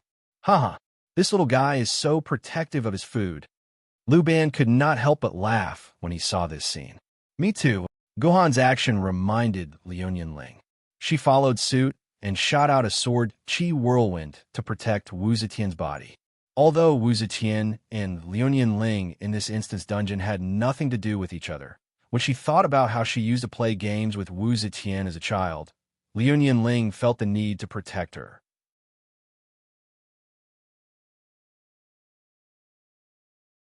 Chapter 13:16.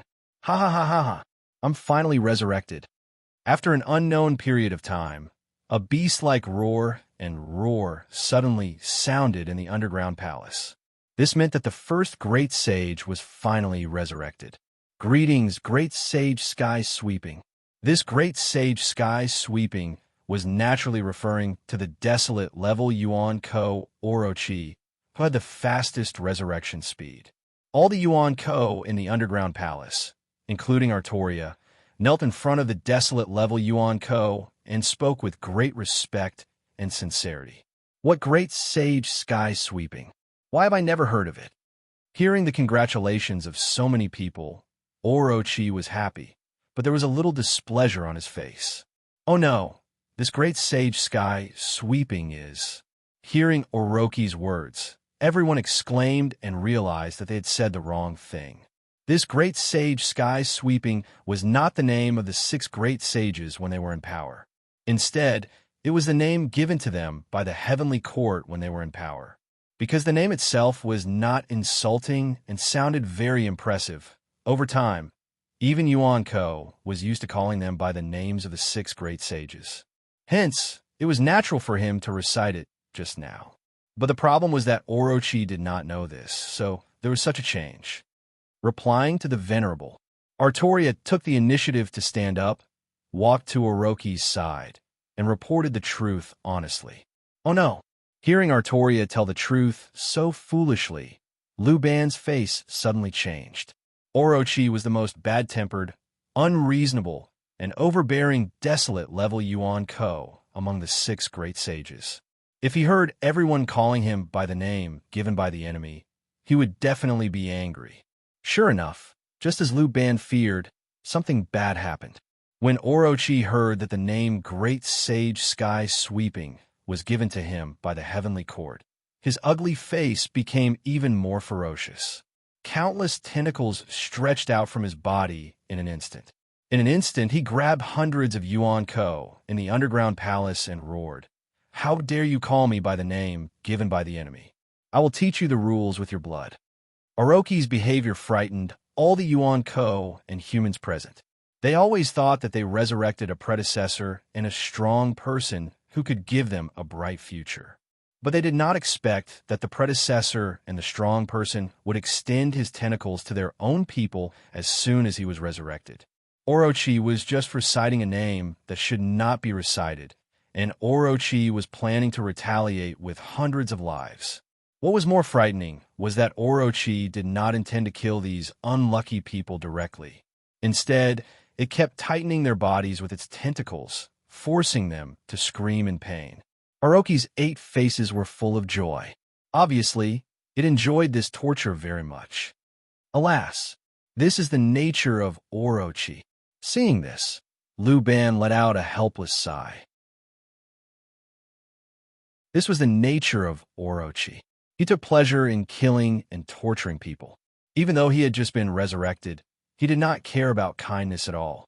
Liu Ban really did not know whether it was right or wrong to resurrect such a guy. If there was anyone who felt the most pain when hearing such screams, it was undoubtedly Artoria. It was because of her rash and frank answer that these bandits suffered such terrible torture. Artoria could not bear any longer. She walked directly to Orochi and said angrily, "Venerable One, we have spent so much effort and countless lives to bring you back to life. Is this how you treat our benefactors?" Benefactors? Orochi seemed to have heard a ridiculous joke. "You just want to use my power to destroy the heavenly court. This is just an equivalent deal.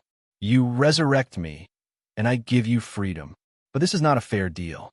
How could such a precious freedom be repaid by simply resurrecting me? Let the blood and screams be part of this deal." Ha ha! Yamada no Orochi's crazy speech made all the Yuinko and humans in the underground palace filled with anger. Are you kidding me? Don't tell me that the kindness of resurrecting your life isn't as precious as freedom. Do you really believe in death is better than freedom? Although every Yuan Ko was full of anger, in the face of the crazy Orochi, no one dared to stand up and refute. Orochi was the only desolate level Yuan Ko in the entire underground palace. No one was a match for Orochi at all. They really brought this upon themselves. Thinking of this, Yuan Ko and the humans in the palace were extremely regretful. Why did they resurrect such a bastard? Beast. Lunatic. Venerable One, I am the leader of these people. I didn't think it through. All the mistakes are on me. Please let them go, Venerable One.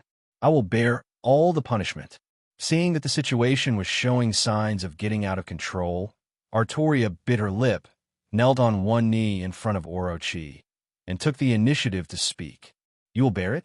Orochi's 8 faces kept changing, and finally, like an open reel, all 8 faces looked at Artoria at the same time.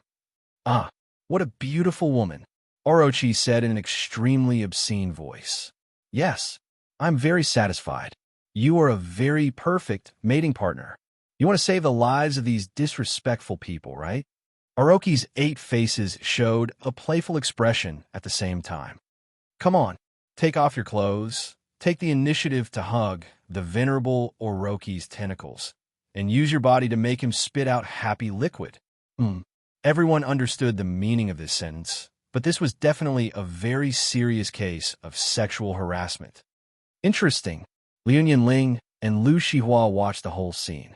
Although there was a bit of sympathy on their faces, they had absolutely no intention of stepping forward to help. This was just a dungeon in a game, and it was a dog-eat-dog plot between Yuan Ko.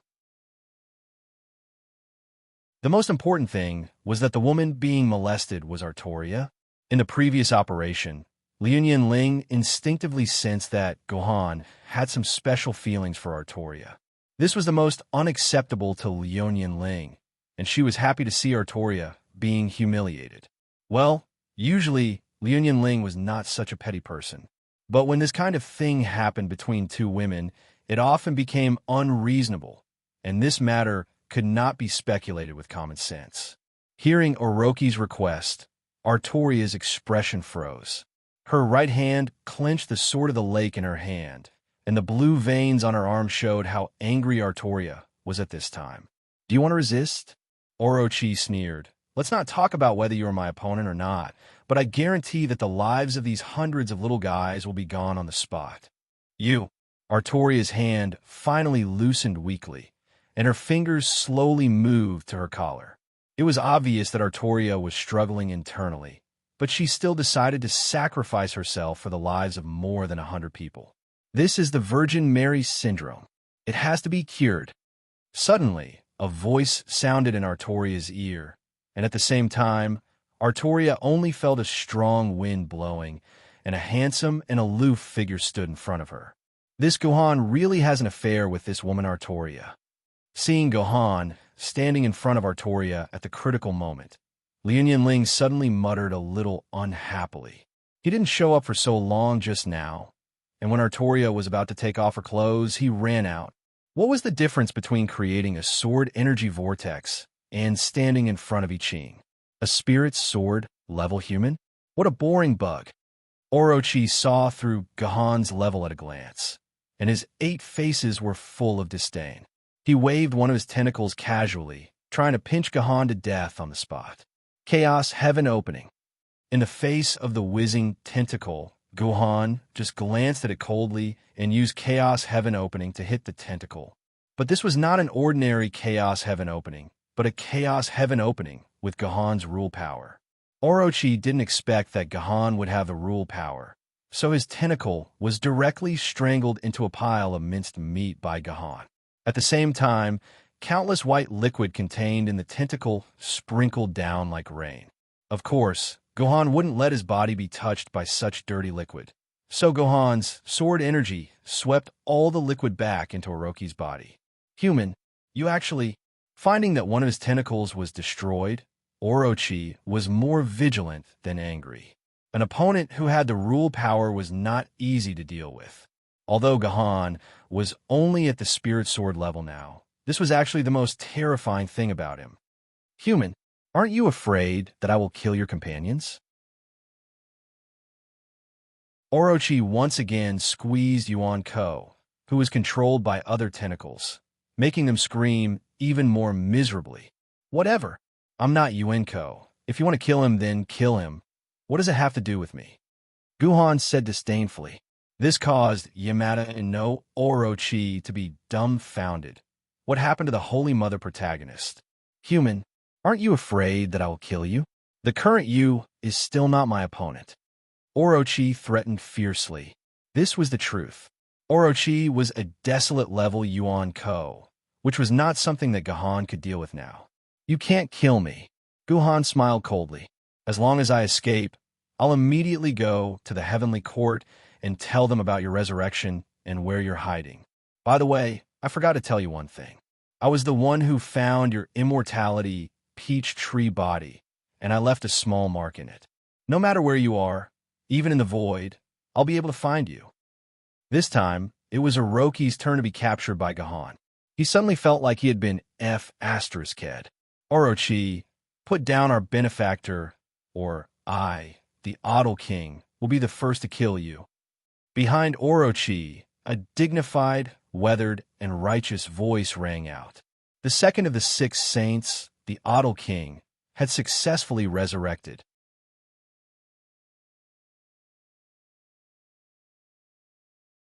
Chapter 13:17. You want to help this human? Yamada no Orochi waved his tentacle and spoke to the Alt King with dissatisfaction. I don't want to help this human. I want to help the justice of this universe. The Alt King said, if it weren't for these juniors trying their best to revive us, you and I would be nothing more than lonely ghosts in the wild. If you dare hurt these people who save our lives, I will kill you. Oomph. It's just 100 or so unworthy little fellows. You actually want to fight me because of them. Yamada no Orochi was even angrier. The tension between him and the Alt King was getting stronger. It looked like they were about to fight. If these two desolate-level Yuan Ko really started fighting in the underground palace, the entire underground palace would probably not exist anymore. It would be reduced to ashes in an instant. These buildings would not be able to withstand a battle between desolate-level powers. Yamada no Orochi, do you really want to fight us? Just as the situation was about to explode, a voice said. Then a naked human with a body full of strong muscles stood next to the Ultra King. Obviously, this human was on the Alt King's side. Ping Tian Jindi, you want to help this skinned savage? Have you forgotten that your wife died at the hands of this skinned savage? Yamada no Orochi said angrily and confusedly.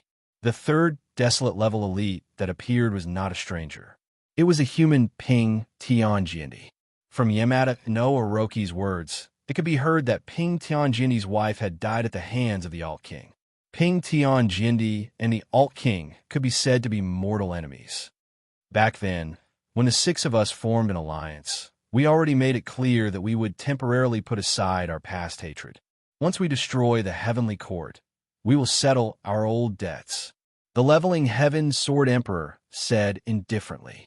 If that's the case, then why are you helping this guy? Yamada no Orochi asked unhappily. Originally, I didn't want to help him, but if I'm not wrong, you are preparing to fight a new talent of the human race, a spiritual sword-level sword wielder. In the entire palace, there is only one immortal sword wielder and 2 spiritual sword wielder. There are also some weaker sword wielder of other levels. This spiritual sword wielder is the only remaining descendant of the human race. Why wouldn't I help him? Ping Tian Jindi said matter-of-factly. This, Yamada no Orochi hesitated. In order to protect the descendants of his own race, it was only natural that Ping Tian Jindi would help his descendant. He would definitely stand up for this human. Yamada no Orochi was the weakest among the 6 great sages. If Ping Tian Jindi and the Alt King worked together, he would definitely lose. Who wants to bully the younger generation of the human race? Another loud voice said. Hearing this voice, Yamada no Orochi completely gave up on the idea of fighting. A gloomy expression appeared on his face. This was the voice of Jindi. Jindi had also been resurrected after Ping Tian Jindi. The combined strength of the 2 human Jindi was enough to chop Yamada no Orochi into thousands of pieces. Not to mention, there was also the Alt King helping them.